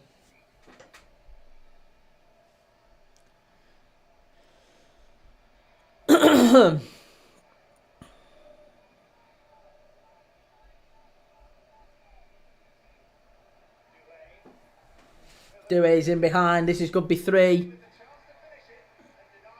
Oh, unlucky. Possibly should have been 3-3. That good save by Martinez. It's a corner kick, or has he been called? Is he offside? Is he offside? No. Oh no, he has been called offside actually. Barca on the ropes. I don't think it matters now. I don't think they're going to score 2 in the short amount of time that's left. Callum, I always knew I wanted Barkley at Anfield when he left Ev. Oh, they have given a corner. Vitinha, shot. Good play by PSG. Send it to the edge of the area. Kvara. Shot. Oh, it took a deflection. It's gone for another corner. Yeah, there's something quite satisfying as a Liverpool fan taking your rival's best players, and we've not done it enough over the years, but we have took... I remember when we took Barmby off him, and even to a degree when we took Abel Xavier off him as well. I'd quite like us to do the same with Jared Branthwaite. Corin, do you think Spurs should have had a penalty against Frankfurt? I'm not entirely sure which incident you're referring to. I only saw the highlights, a brief highlights package of that one. So, and I can't recall off the top of my head whether or not it was. But when I come back for tomorrow night for the Real Madrid Arsenal game, I will promise you, Corin, if you're here, I will have watched it. I'll watch it tonight as soon as the stream ends. I'll rewatch the Spurs Frankfurt game because I do that anyway. I always familiarise myself with the first leg before the Thursday night's games anyway. So I'll watch it back. 3 minutes? Are you joking, man? 3.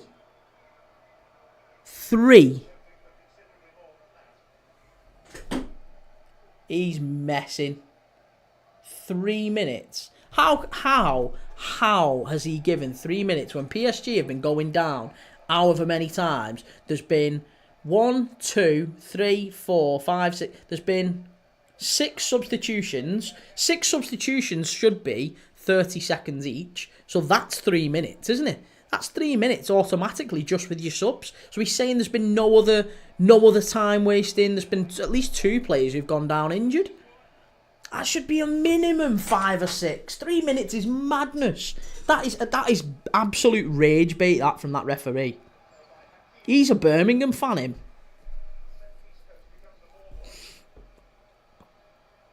How the heck can you give 3 minutes, a minute, a goal? Exactly, yeah. Nothing ruled out for the goals as well. That's madness. That has like shocked me. PSG are going to get one on the counter here. It's a foul. This ref. Yeah, Villa, do you know what? I feel for Villa here a little bit. I feel for him. 3 minutes and there's 90 seconds left and this referee's blowing up for everything.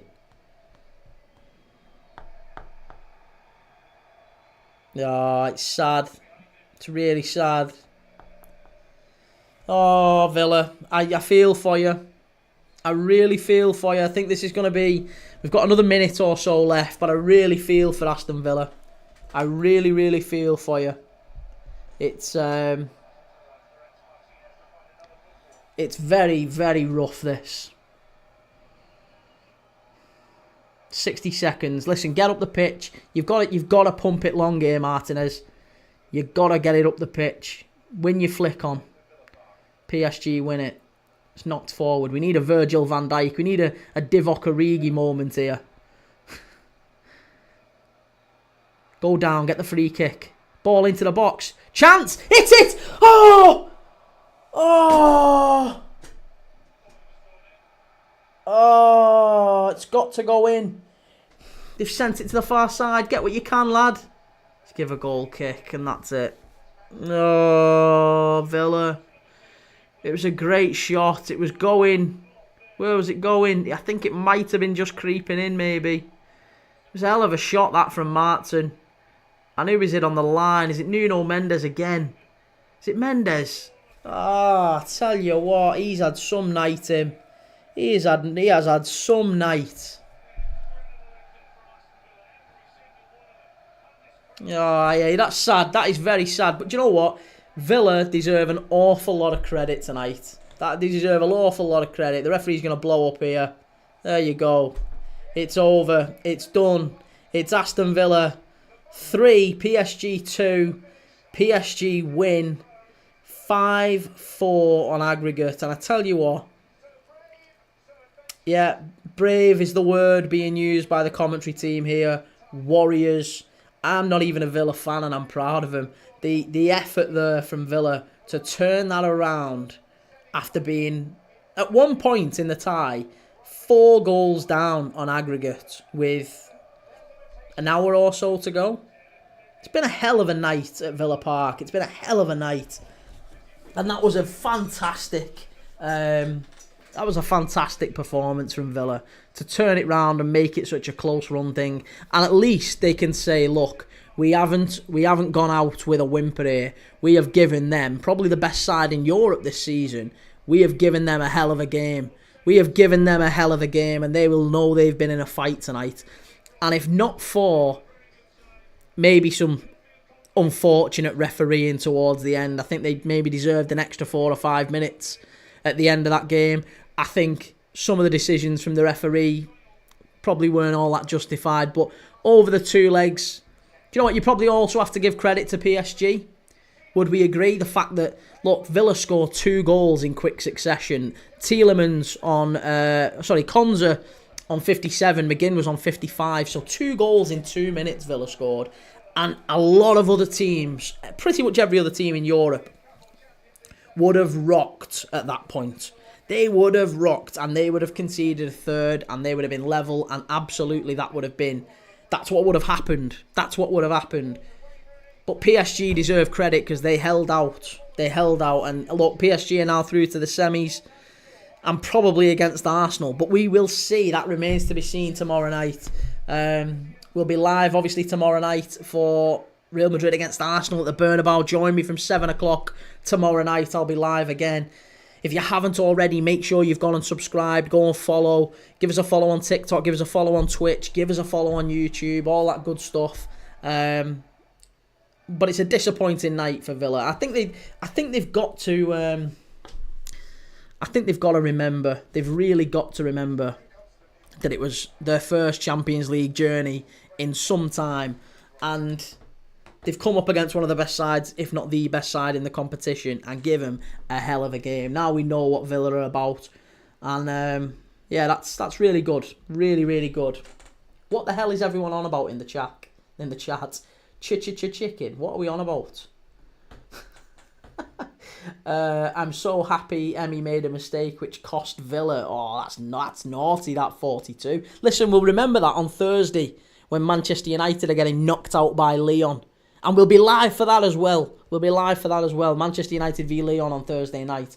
I am going to do the early game on Thursday as well. Fiorentina against Celje. If anyone fancies watching that one with me from 5:30, 5:45, the early Europa Conference League game, I'll be live for that one straight away, and then United after it.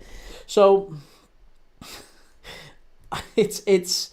I'm catching up with everything in the chat, but I tell you what, it has been an absolutely mad night. A mad night for Aston Villa. Big fella, Stoke City. Evening, mate. Good to have you. Dortmund are so bad, they have no composure. Has that finished now, Dortmund, by the way? I didn't see. Yeah, Dortmund 3, Barcelona 1, that's finished. So, Barcelona make it through. PSG make it through. Both teams maybe by the skin of the teeth, would we say. Yeah, hey, listen, what a night. What a night of football. What a night of Champions League football it's been, and what a night of Champions League football it's going to be tomorrow night. But the first 2 Champions League semi-finalists have now been confirmed. We know that one of the finalists is going to be, well, 2 of the semi-finalists are going to be PSG and Barcelona. Who's going to be the other 2? Who is going to be the other 2? Do we think it's Arsenal? Do we think Real Madrid can still turn that round tomorrow night? Let me know in the chat what you're thinking. Do we think Real Madrid can turn it round? Do we think Bayern can turn it round against Inter Milan? Inter Milan played very, very well in Munich last week. You know, I fancy Inter. I've got to say, I've said Inter have been a dark horse all along. I'm really looking forward to that one as well. Kieran's favourite character. What are we on about here? Kieran, would you like some lava chicken? Listen, I have no idea what you're on about here, but you're doing me head in. I don't know what you're talking about. Inter and Madrid in the semi-final as well. Do you think so, Corin? Yeah. Callum, think Inter Milan will win it now. Most promising and balanced side left. Kieran would be Steve. I am Steve. Who's Steve? What are we on about? I don't know who Steve is. Don't know who Steve is. Let me know what you're talking about. Chicken jockey. What's chicken jockey? I'm gonna have to Google this. Is this like blue waffle? Have I missed something? Chicken jockey. What's chicken jockey? Chicken jockey screenings. What is a chicken jockey? A chicken jockey is a rare feature in the Minecraft game in which a baby zombie rides on the back of a chicken. Are you saying I look like one of these, or what? What's going on? I don't know if this is like a low-key insult that I just don't get. Jack Black for context. Right, shut up talking about Minecraft. Watching football. We've been watching the Champions League and it's been an unbelievable night of football, and you're sat here talking about chicken jockeys. You want to get a grip of yourselves? You want to get an absolute grip of yourselves? You're grown men and women. Minecraft. And I'm sat here with a bag of Minecraft branded apple and grape snack packs. Right, listen. Let me know in the chat what you're thinking. For God's sake, how's that happened now? I've somehow turned me comments off on my phone. Right, there you go. 1 goal, too many. Proud of the team, though. Danny, yeah, mate. Danny, listen, I'm a Liverpool fan. I've been just saying that to everyone as well. I think it's been unbelievable. A proper performance, that, from Aston Villa. I genuinely, I'm not a Villa fan, and I was proud of the players. I couldn't believe it. It was a fantastic performance. Really, really big result. To get the win against PSG, and to be 4 goals down on aggregate and to turn it round. That goal from Konza. Has there ever been a goal that's been cheered as big as that at Villa? Look at people, the scenes, the limbs at Villa Park when Konza scores that, and for a minute, just for a minute or two, whatever, it seemed, didn't it? It seemed like the comeback was on. You can see grown men like, what is happening here? What are we watching? It was an unbelievable performance. They did so well, Aston Villa. I was so close to just thinking, they're going to do it. They're going to do it. They had PSG on the ropes.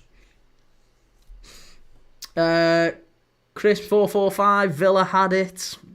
They did. Thank you for the follow. Finn 447 should have scored again. Yep. Zlotolo C, PSG on half-final. Semi-final, yes. Premdad, would you take Timber's brother from Feyenoord? Quinton Timber? Maybe. Yeah, maybe. I don't know. I guess he's had an injury issue, hasn't he, as well? Corin, Villa nearly made Champions League history. I think if you're a Villa player, if you're a Villa fan, after watching that, you can be nothing but in like proud. Like you'd be disappointed, of course. You'd be disappointed, but and you'll there's a little bit of you that'll still be raging at that referee. What on earth? 3 minutes. 3 minutes of injury time. Is he serious? 3 minutes. It's ridiculous. There was at least there was it should be at least 30 seconds per goal. And there was 6 substitutions in the second half. That's 30 seconds each. So I have no idea how it wasn't an absolute bare minimum 5 minutes. And them extra 2 minutes might have made all the difference. We were so unlucky. By far the better team. So proud of my team, though. That's it, yeah. That's it, absolutely. That Konza goal, everyone would have been bouncing. I'm surprised that the roof probably came off at Villa Park. Oh, but hey, listen, it'll have taken it out of you, but now Villa have got to use this, haven't they? Villa have got to use that as momentum now to go and secure Champions League qualification, and they've got to start this weekend. They've got Aston Villa, so they've got Newcastle, Aston Villa v Newcastle at Villa Park, 5:30 on Saturday night. 5:30 on Saturday night, UK time, wherever you are in the world. If you want to watch along, I'll be watching it. I'll be live, so come and join me. But yeah, it's going to be a massive, massive game, that one as well. And yeah, it's huge. Valentino, cry, cry, cry. I'm guessing, are you a PSG fan, Valentino? Listen, mate, there's no crying from me. I'm a Liverpool fan. I've got no horse in the race. I think PSG deserve to go through. I'm gutted for Villa because I was rooting for them, especially in the second half. But I am supporting PSG now as well. I want PSG to go on and win this tournament. I think they're the best team in the tournament left, best team in the competition. And it was a fantastic game to watch.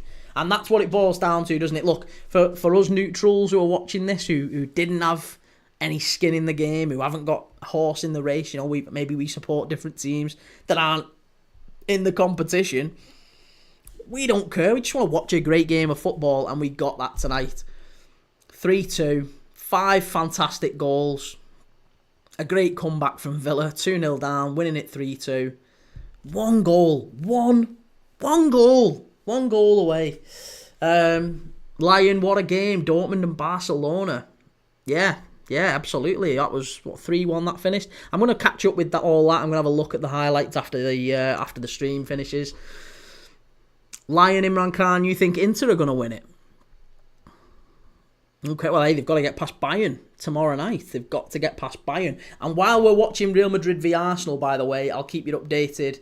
I'm sure people in the chat will. We did that tonight, didn't we? There were some people who were watching the other game, and we'll all keep each other updated in the chat about what's going on during that game.